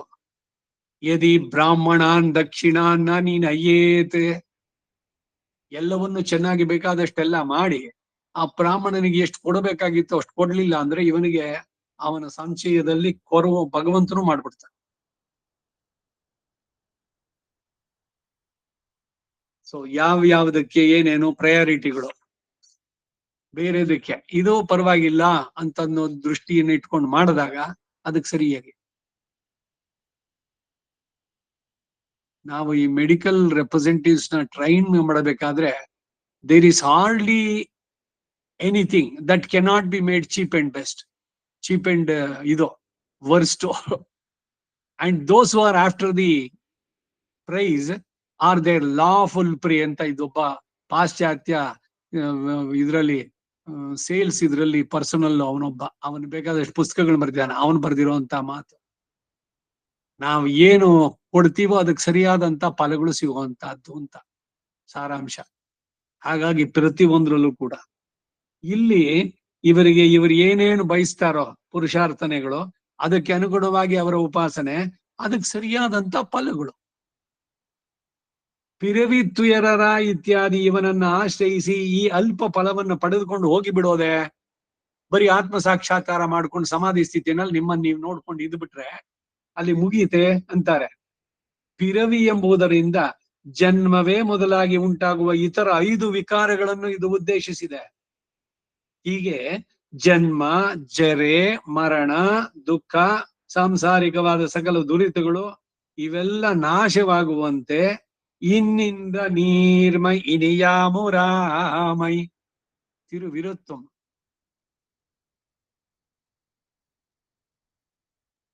ಎಂದು ಇವರು ತಾನೆ ಅದನ್ನು ಕಳೆದು ಹಾಕುವುದಾಗಿದ್ರು ಕೂಡ ಇವರುಗಳನ್ನ ನಿಂದಿಸುವುದರ ಅಭಿಪ್ರಾಯ ಏನು ಅಂತಂದ್ರೆ, ಇವರಿಗೆ ವಿರೋಧಿಯು ನಾಶವಾಗುವುದು ಆನುಷಂಗಿಕವಾಗಿ.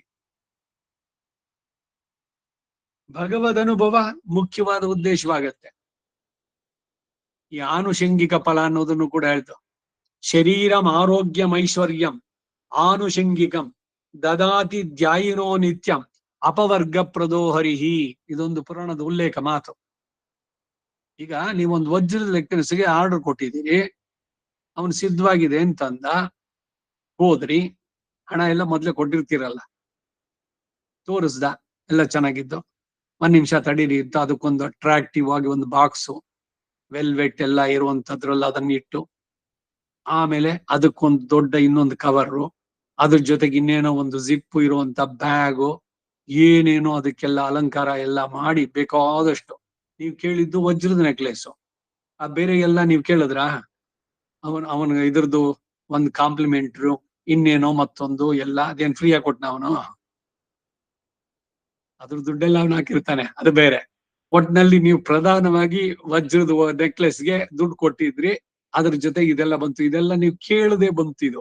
ಇದನ್ನೇ ಆನುಷಂಗಿಕ ಅನ್ನೋದು. ಕಾಂಪ್ಲಿಮೆಂಟರಿ ಆಗಿ ಕೊಡ್ತಾನೆ. ಪ್ರಧಾನವಾದದ್ದೇನು? Diamond necklace. ಹಾಗೆ ಪ್ರಧಾನವಾದದ್ದು ಇಲ್ಲಿ ನಮಗೆ ಮೋಕ್ಷ. ಆ ಮೋಕ್ಷದ ಜೊತೆಗೆ ಶರೀರಂ ಆರೋಗ್ಯಂ ಐಶ್ವರ್ಯಂ ಆನುಷಂಗಿಕಂ ದದಾತಿ ಧ್ಯಾಯಿನೋ ನಿತ್ಯಂ ಅಪವರ್ಗ ಪ್ರದೋಹರಿಹಿ.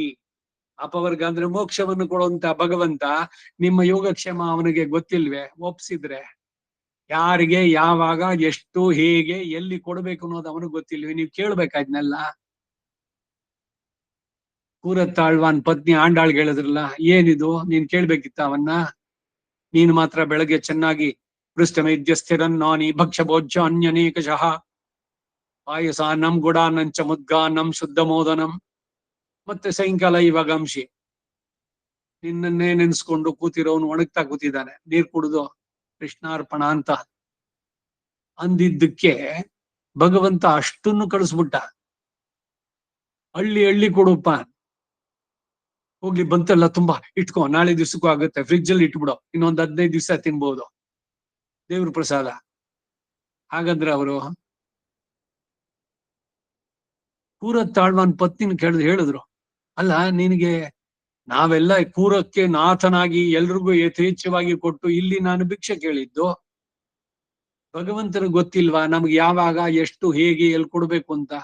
ಇನ್ನೊಂದು ದಿವ್ಸ ಭಗವಂತನ ಹತ್ರ ಈ ರೀತಿ ಸಂಬೋಧನೆ ಮಾಡಬೇಡ ಅಂತ ಹೇಳಿ ಬಂದಿದ್ರಲ್ಲಿ 2 ಹಿಡಿ, ಒಂದು ಮುಷ್ಟಿ ತಂಡುಲದ ಹಿಡಿ, ಒಂದು ತುಂಡು ಬಟ್ಟೆಯದೊಂದು ಅಂಡಲತ ವಿದಕೇಕೋ ಮಂಕುತಿಮ್ಮ ಅಂದ್ರು. ತಮಗೊಂದು ಹಿಡಿ, ಪತ್ನಿಗೊಂದು ಹಿಡಿ ತಗೊಂಡು ಮಿಕ್ಕಿದ್ದೆಲ್ಲ ಭಾಗವತರಿಗೆ ವಿನಿಯೋಗ ಆಗಲಿ ಅಂದ್ರು. ಕೂರೇಶನ ಪ್ರಾಪಂಚಿಕವಾದ ವಿಷಯಗಳ ಬಗ್ಗೆ ಎಷ್ಟರ ಮಟ್ಟಿಗೆ ವಿರಕ್ತರಾಗಿದ್ರು ಭಗವಂತನನ್ನ ಪ್ರಧಾನವಾಗಿ ಇಟ್ಕೊಂಡು, ಆ ಮನೋಭಾವ ನಾವು ಬೆಳೆಸ್ಕೊಳ್ಬೇಕು. ಹಾಗೆ ಪಿರವಿತ್ತುಯರರ ಇವನನ್ನ ಆಶ್ರಯಿಸಿ ಈ ಅಲ್ಪ ಪರವನ್ನು ಪಡೆಯೋದಕ್ಕೆ ಹೋಗ್ಬಿಡೋದೆ. ಪಿರವಿ ಎಂಬುದರಿಂದ ಇದೆಲ್ಲ ಎಲ್ಲವೂ ದುರಿತವಾಗಲಿ ಅಂತೇಳಿ ಇನ್ನಿನ್ನ ನೀರ್ಮೈ ಇನಿಯಾಮುರಾಮೈ ಎಂದು ಇವರು ತಾವೇ ಅವರನ್ನು ಕಳೆದು ಹಾಕೋದಾಗಿದ್ರು ಕೂಡ ಇವರುಗಳನ್ನ ನಿಂದಿಸುವುದರ ಅಭಿಪ್ರಾಯ ಏನು ಅಂದ್ರೆ, ಇವರಿಗೆ ವಿರೋಧಿ ನಾಶವಾಗುವುದು ಆನುಷಂಗಿಕವಾಗಿ. ಭಗವತ್ ಪ್ರಾಪ್ತಿಗೆ ಅಡ್ಡಿಯಾಗಿರುವಂತ ವಿರೋಧಿ ಅದು ನಾಶವಾಗೋದು ಆನುಷಂಗಿಕವಾಗಿ. ಭಗವದ್ ಅನುಭವ ಮುಖ್ಯವಾದ ಉದ್ದೇಶವಾಗಿದೆ. ಅವರುಗಳಿಗೆ ದುಃಖ ನಿವೃತ್ತಿಯ ಉದ್ದೇಶವಾಗಿದೆ. ಯಾರಿಗೆ? ಕೈವಲ್ಯಗಳಿಗೆ. ಅವರಿಗೆ ದುಃಖದಿಂದ ಈ ಸರ್ವ ದುಃಖ ನಿವೃತ್ತಿ, ಅದೇ ಮೋಕ್ಷ. ಇದು ಇವನ್ ಹೇಳೋದು ಯಾರು? ಚಾರ್ವಾಕ. ಅಲ್ಲಿಂದ ಮುಂದಕ್ಕೆ ಬೌದ್ಧ. ಸರ್ವಂ ಕ್ಷಣಿಕಂ, ಸರ್ವಂ ದುಃಖಂ, ಸರ್ವಂ ಶೂನ್ಯಂ. ಎಲ್ಲ ದುಃಖಗಳಿಂದ ಬಿಡುಗಡೆನೆ ಮೋಕ್ಷ ಅಂದ್ರು. ಸತ್ರೆ ಎಲ್ಲದಿಂದನೂ ಬಿಡುಗಡೆ. ಸರಿ, ನೀವು ಹೇಳಿ ಅಥವಾ ಇದೆಲ್ಲ ಮಾಡಿ ಬೌದ್ಧಿಸಮ್ ಫಾಲೋ ಮಾಡದೇ ಇದ್ರು ಕೂಡ ನಿಮಗೆ ಮೋಕ್ಷ ಅವ್ರ ಪ್ರಕಾರ. ಸತ್ರ ಅದೇ ಮೋಕ್ಷ. ಹಾಗೆ ಬರೀ ದುಃಖ ನಿವೃತ್ತಿಯೇ ಯೋಗದಲ್ಲಿ ಆ ಆತ್ಮನನ್ನ ನೋಡ್ಕೊಳ್ಳೋ ಸಮಾಧಿ ಸ್ಥಿತಿನಲ್ಲಿ ಆಡುವಂಥದ್ದು. ಅಷ್ಟಕ್ಕಲ್ಲ, ಜ್ಞಾನ ತುಳ್ನಿನ್ ಈ ಅನುಸಂಧಾನ ಅಲ್ಲಿಯವರೆಗೆ ಹೋಗ್ತಾ ಇದ್ರು ಕೂಡ ಆತ್ಮಜ್ಞಾನ ಮಾತ್ರದಲ್ಲಿ ಕಾಲೂರಿ ನಿಲ್ಲೋದು. ಬರೀ ತಮ್ಮನ್ನ ತಾವು ನೋಡ್ಕೊಂಡ್ರು, ಆದ್ರೆ ಆತ್ಮದ ಬಗ್ಗೆ ತಿಳಿದ್ರು. ತುರವಿ ತೊರೆಯುವುದು ಎಂಬುದನ್ನು ಹೇಳುತ್ತೆ. ಪಿರವಿ ತುಯರ್ ಅರ. ತುಯರ್ ಅಂದ್ರೆ ದುಃಖ. ಹುಟ್ಟು ಎನ್ನುವ ದುಃಖವನ್ನ ಅರ ಕತ್ತರಿಸ್ಕೊ ಎಂದು ಇದರ ಫಲರೂಪವಾದ ಪ್ರಕೃತಿ ವಿನಿರ್ಮುಕ್ತವಾದ ಸ್ವರೂಪವನ್ನು ಹೇಳುತ್ತೆ.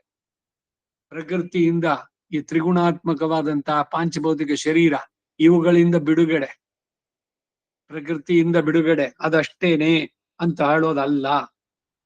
ಶುಡರ್ ವಿಳಕ್ಕುಂ ತಲೈಪೇವಾರ್ ಎಂಬೋ ಇದು ಜ್ಞಾನತುಳ್ನಿನ್ನು ಎಂದು ಹೇಳಿದುದರ ಫಲರೂಪವಾಗಿದೆ. ಸಂಸಾರ ದಶೆಯಲ್ಲಿ ಕರ್ಮದ ಕಾರಣ ಬರುವ ಸಂಕೋಚ, ಮೋಕ್ಷ ದಶೆಯಲ್ಲಿ ಇಲ್ವಷ್ಟೇ. ಅಲ್ಲಿ ಪೂರ್ಣವಾದ ಜ್ಞಾನ ಇವನಿಗೆ, ಪರಿಪೂರ್ಣ ಜ್ಞಾನ, ಆನಂದಮಯ. ನ ದೇವ ನ ಮನುಷ್ಯ ನ ಭೂತ ನ ಪ್ರೇತಃ, ಜ್ಞಾನಾನಂದಮಯ ಆತ್ಮ ಶೇಷೋ ಹಿ ಪರಮಾತ್ಮನಃ. ಇದು ಮೋಕ್ಷ ದಶೆಯಲ್ಲಿ. ಆಗ ಜ್ಞಾನ ವಿಕಸಿತವಾಗಿರುತ್ತದೆ ಅಷ್ಟೇ.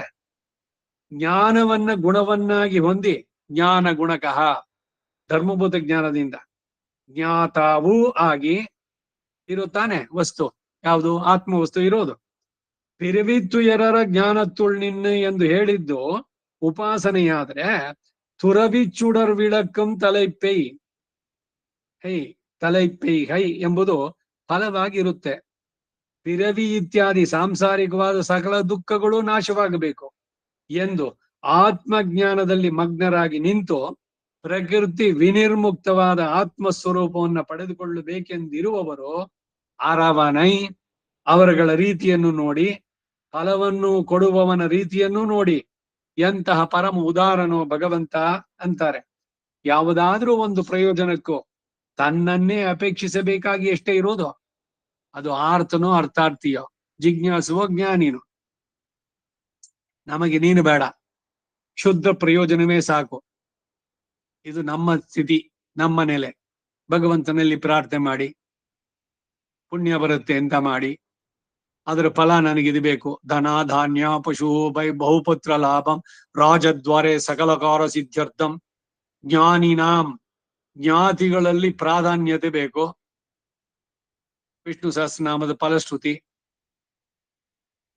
ಎಲ್ಲರೂ ನನ್ನನ್ನು ರೆಕಗ್ನೈಸ್ ಮಾಡಬೇಕು. ನನ್ನ ಬಂಧುಗಳು ಇದರಲ್ಲಿ ನಾನು ಬಹಳ ಮುಖ್ಯನಾದವನು ಅಂತಾಗಬೇಕು. ಹೀಗೆ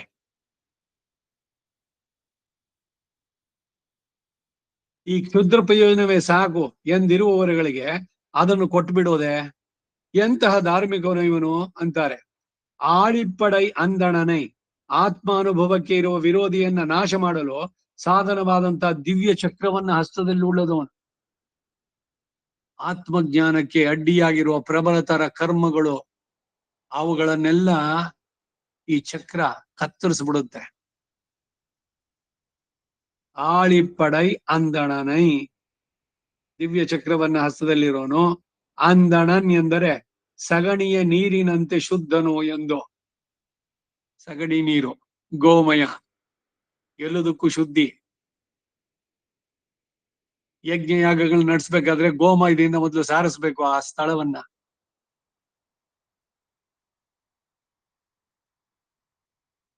ಶಿವನಾ ಪೃಥ್ವಿ ಭವಾನ್ ವೃಕ್ಷರ ಅನಿವೇಶನಿ ಯಚ್ಚಾನ ಶರ್ಮ ಸಪ್ರತ ಆಹ. ಭೂಮಿ ಪ್ರಾರ್ಥನೆ. ಯದ್ಭೂಮಿ ಕ್ರೂರಂ ತದಿತೋ ಹರಾಮಿ.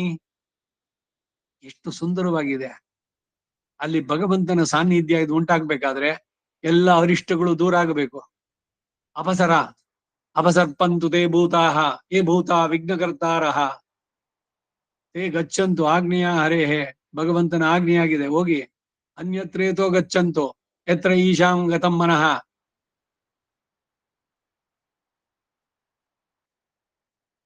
ಹಾಗೆ ಪರಿಶುದ್ಧ ಜಾಗ, ಸಗಣಿಯ ನೀರಿನಂತೆ ಶುದ್ಧನು ಎಂದು ಇಷ್ಟು ಮಾತ್ರ ತಿಳಿದ್ರೆ ವಿನಃ ಭೋಗ್ಯತೆಯ ಕಡೆ ಅವರ ಮನಸ್ಸು ಹೋಗೋದಿಲ್ಲ. ಒಂದ್ಸಲಿ ಪಂಚಗವ್ಯ ಸಮ್ಮೇಳನ ಮಾಡಿದ್ದೆ, ಶಾಂತಿ ಇದ್ರದಕ್ಕೆ. ಅವರೆಲ್ಲ ಭಕ್ತಿಯಿಂದ ತಗೊಂಡ್ರು. ಮಗಳದ್ ಯೋ ಅದ್ರಲ್ಲಿ ಸಗಣಿ ಗಂಜ ಬಡಪ್ಪ, ನನಗೆ ನೋಡಿ ಅವ್ರ ಕರ್ಮ ಎಷ್ಟು ತೀವ್ರವಾಗಿದೆ ಅಂದ್ರೆ ಹೇಳ್ತಾ ಇದ್ದಾರೆ ಅವರು. ಒಂದು ಉದ್ಧರಣೆ ತಗೋದು ಎಲ್ಲದಕ್ಕೂ ಚರಕ ಸಂಹಿತೆ ಸುಷ್ಟು ಸಂಹಿತೆನಲ್ಲಿದೆ ಪಂಚಗವ್ಯದ ಹಿರಿಮೆ ಅಂತ. ಬೇಡ ಬೇಡ ಬೇಡ, ಏನು ಈ ಪಿಟಿದೆ. ಅವ್ರ ಕರ್ಮ ಎಷ್ಟು ತೀವ್ರವಾಗಿದೆ ಅಂದ್ರೆ ಈ ತಗೊಂಡ್ಬಿಟ್ರಿ ಎಲ್ಲಿ ಅವ್ರ ಪಾಪ ಹೋಗ್ಬಿಡುತ್ತೋ ಅಂತ ಅವ್ರಿಗೆ. ಬಾಗಲ್ ಮುಚ್ಚಿದ್ಲು ಗೈಯಾಳಿ, ತನ್ನ ಪಾಪ ಎಲ್ಲಿ ಹೊರಗಡೆ ಹೋಗ್ಬಿಡುತ್ತೋ ಅಂತ ದಾಸರೊಂದು ಹಾಡಿದ್ದಾರೆ. ಹಾಗೆ ಒಳ್ಳೆಯದನ್ನ ಸಂಸ್ಕಾರಯುತವಾಗಿ ಮಾಡಿದ್ರ ಬಗ್ಗೆ ಇವರು ಬಾಹ್ಯವಾಗಿ ನೋಡೋದು, ಅಯ್ಯೋ ಏನಿದು ಹಸುವಿನ ಪ್ರಾಡಕ್ಟು, ಅವುಗಳನ್ನೆಲ್ಲ ಸೇರಿಸಿ.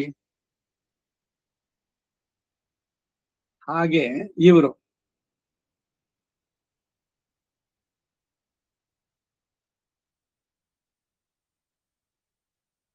ಶುದ್ಧಿ ಗುಣ ವಿಶಿಷ್ಟನು ಎಂದಾಯ್ತು. ಇವರುಗಳು ಅನುಸಂಧಾನ ಮಾಡೋದು ಶ್ರೀಹಸ್ತದಲ್ಲಿ ದಿವ್ಯ ಚಕ್ರವನ್ನ ಧರಿಸಿರುವ ಸೌಂದರ್ಯವನ್ನು ನೋಡಿದ್ರೆ ಅದರಲ್ಲಿ ಕಾಲುವನ್ನು ನಿಂತು ಬಿಡದೆ ತಮ್ಮ ಪ್ರಯೋಜನಕ್ಕೆ ಅನುಗುಣವಾದ ಶುದ್ಧಿ ಮಾತ್ರವನ್ನೇ ಆಶ್ರಯಿಸೋದೆ. ಮರವಿಯೈ ಇನ್ನಿ, ಇವರಿಗಾದ್ರೂ ಹಸ್ತದಲ್ಲಿ ದಿವ್ಯ ಚಕ್ರ ಇರುವ ಸೌಂದರ್ಯವನ್ನು ನೋಡಿದ್ರೆ ಮುಂದೆ ಹೆಜ್ಜೆ ಇಡುವುದೇ ತೋರೋದಿಲ್ಲ. ಶಕ್ಕರ ತಣ್ಣಲೇ ಎಂದು ಹೇಳಿದಾಗಲೇ ಮೈ ಮರೆತು ಬಿಡ್ತಾರೆ, ತಮ್ಮನ್ನು ತಾವು ಪೂರ ಮರೆತು ಬಿಡ್ತಾರೆ.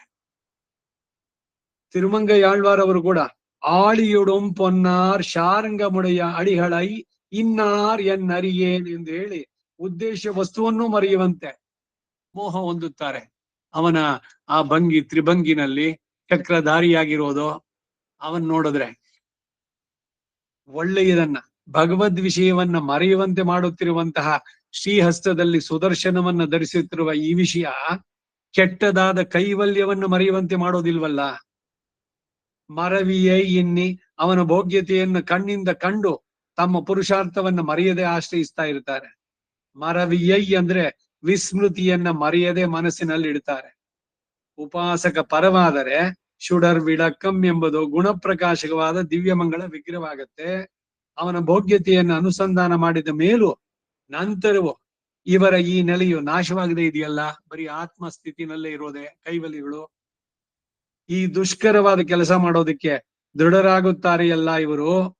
ಪಿರವಿತ್ತುಯರರ ಮನತ್ತು ವೈಪಾರೆ, ಆಪಾಶುರ ಅದರದ ಅನ್ವಯ ಅಲ್ಲಿ ಹೇಳಿದ್ದು. ಇಲ್ಲಿಗೆ 1-7 ತಿರುವಳಿನಲ್ಲಿ ಮೊದಲನೇ ಪಾಶುರದ್ದಾಯ್ತು. ಈ ಜಾಗದಲ್ಲಿ ನಿಲ್ಸ್ಕೊಂಡಿರೋಣ. ಆಳ್ವಾರ್ ತಿರುವಡಿಗಳೇ ಶರಣಂ.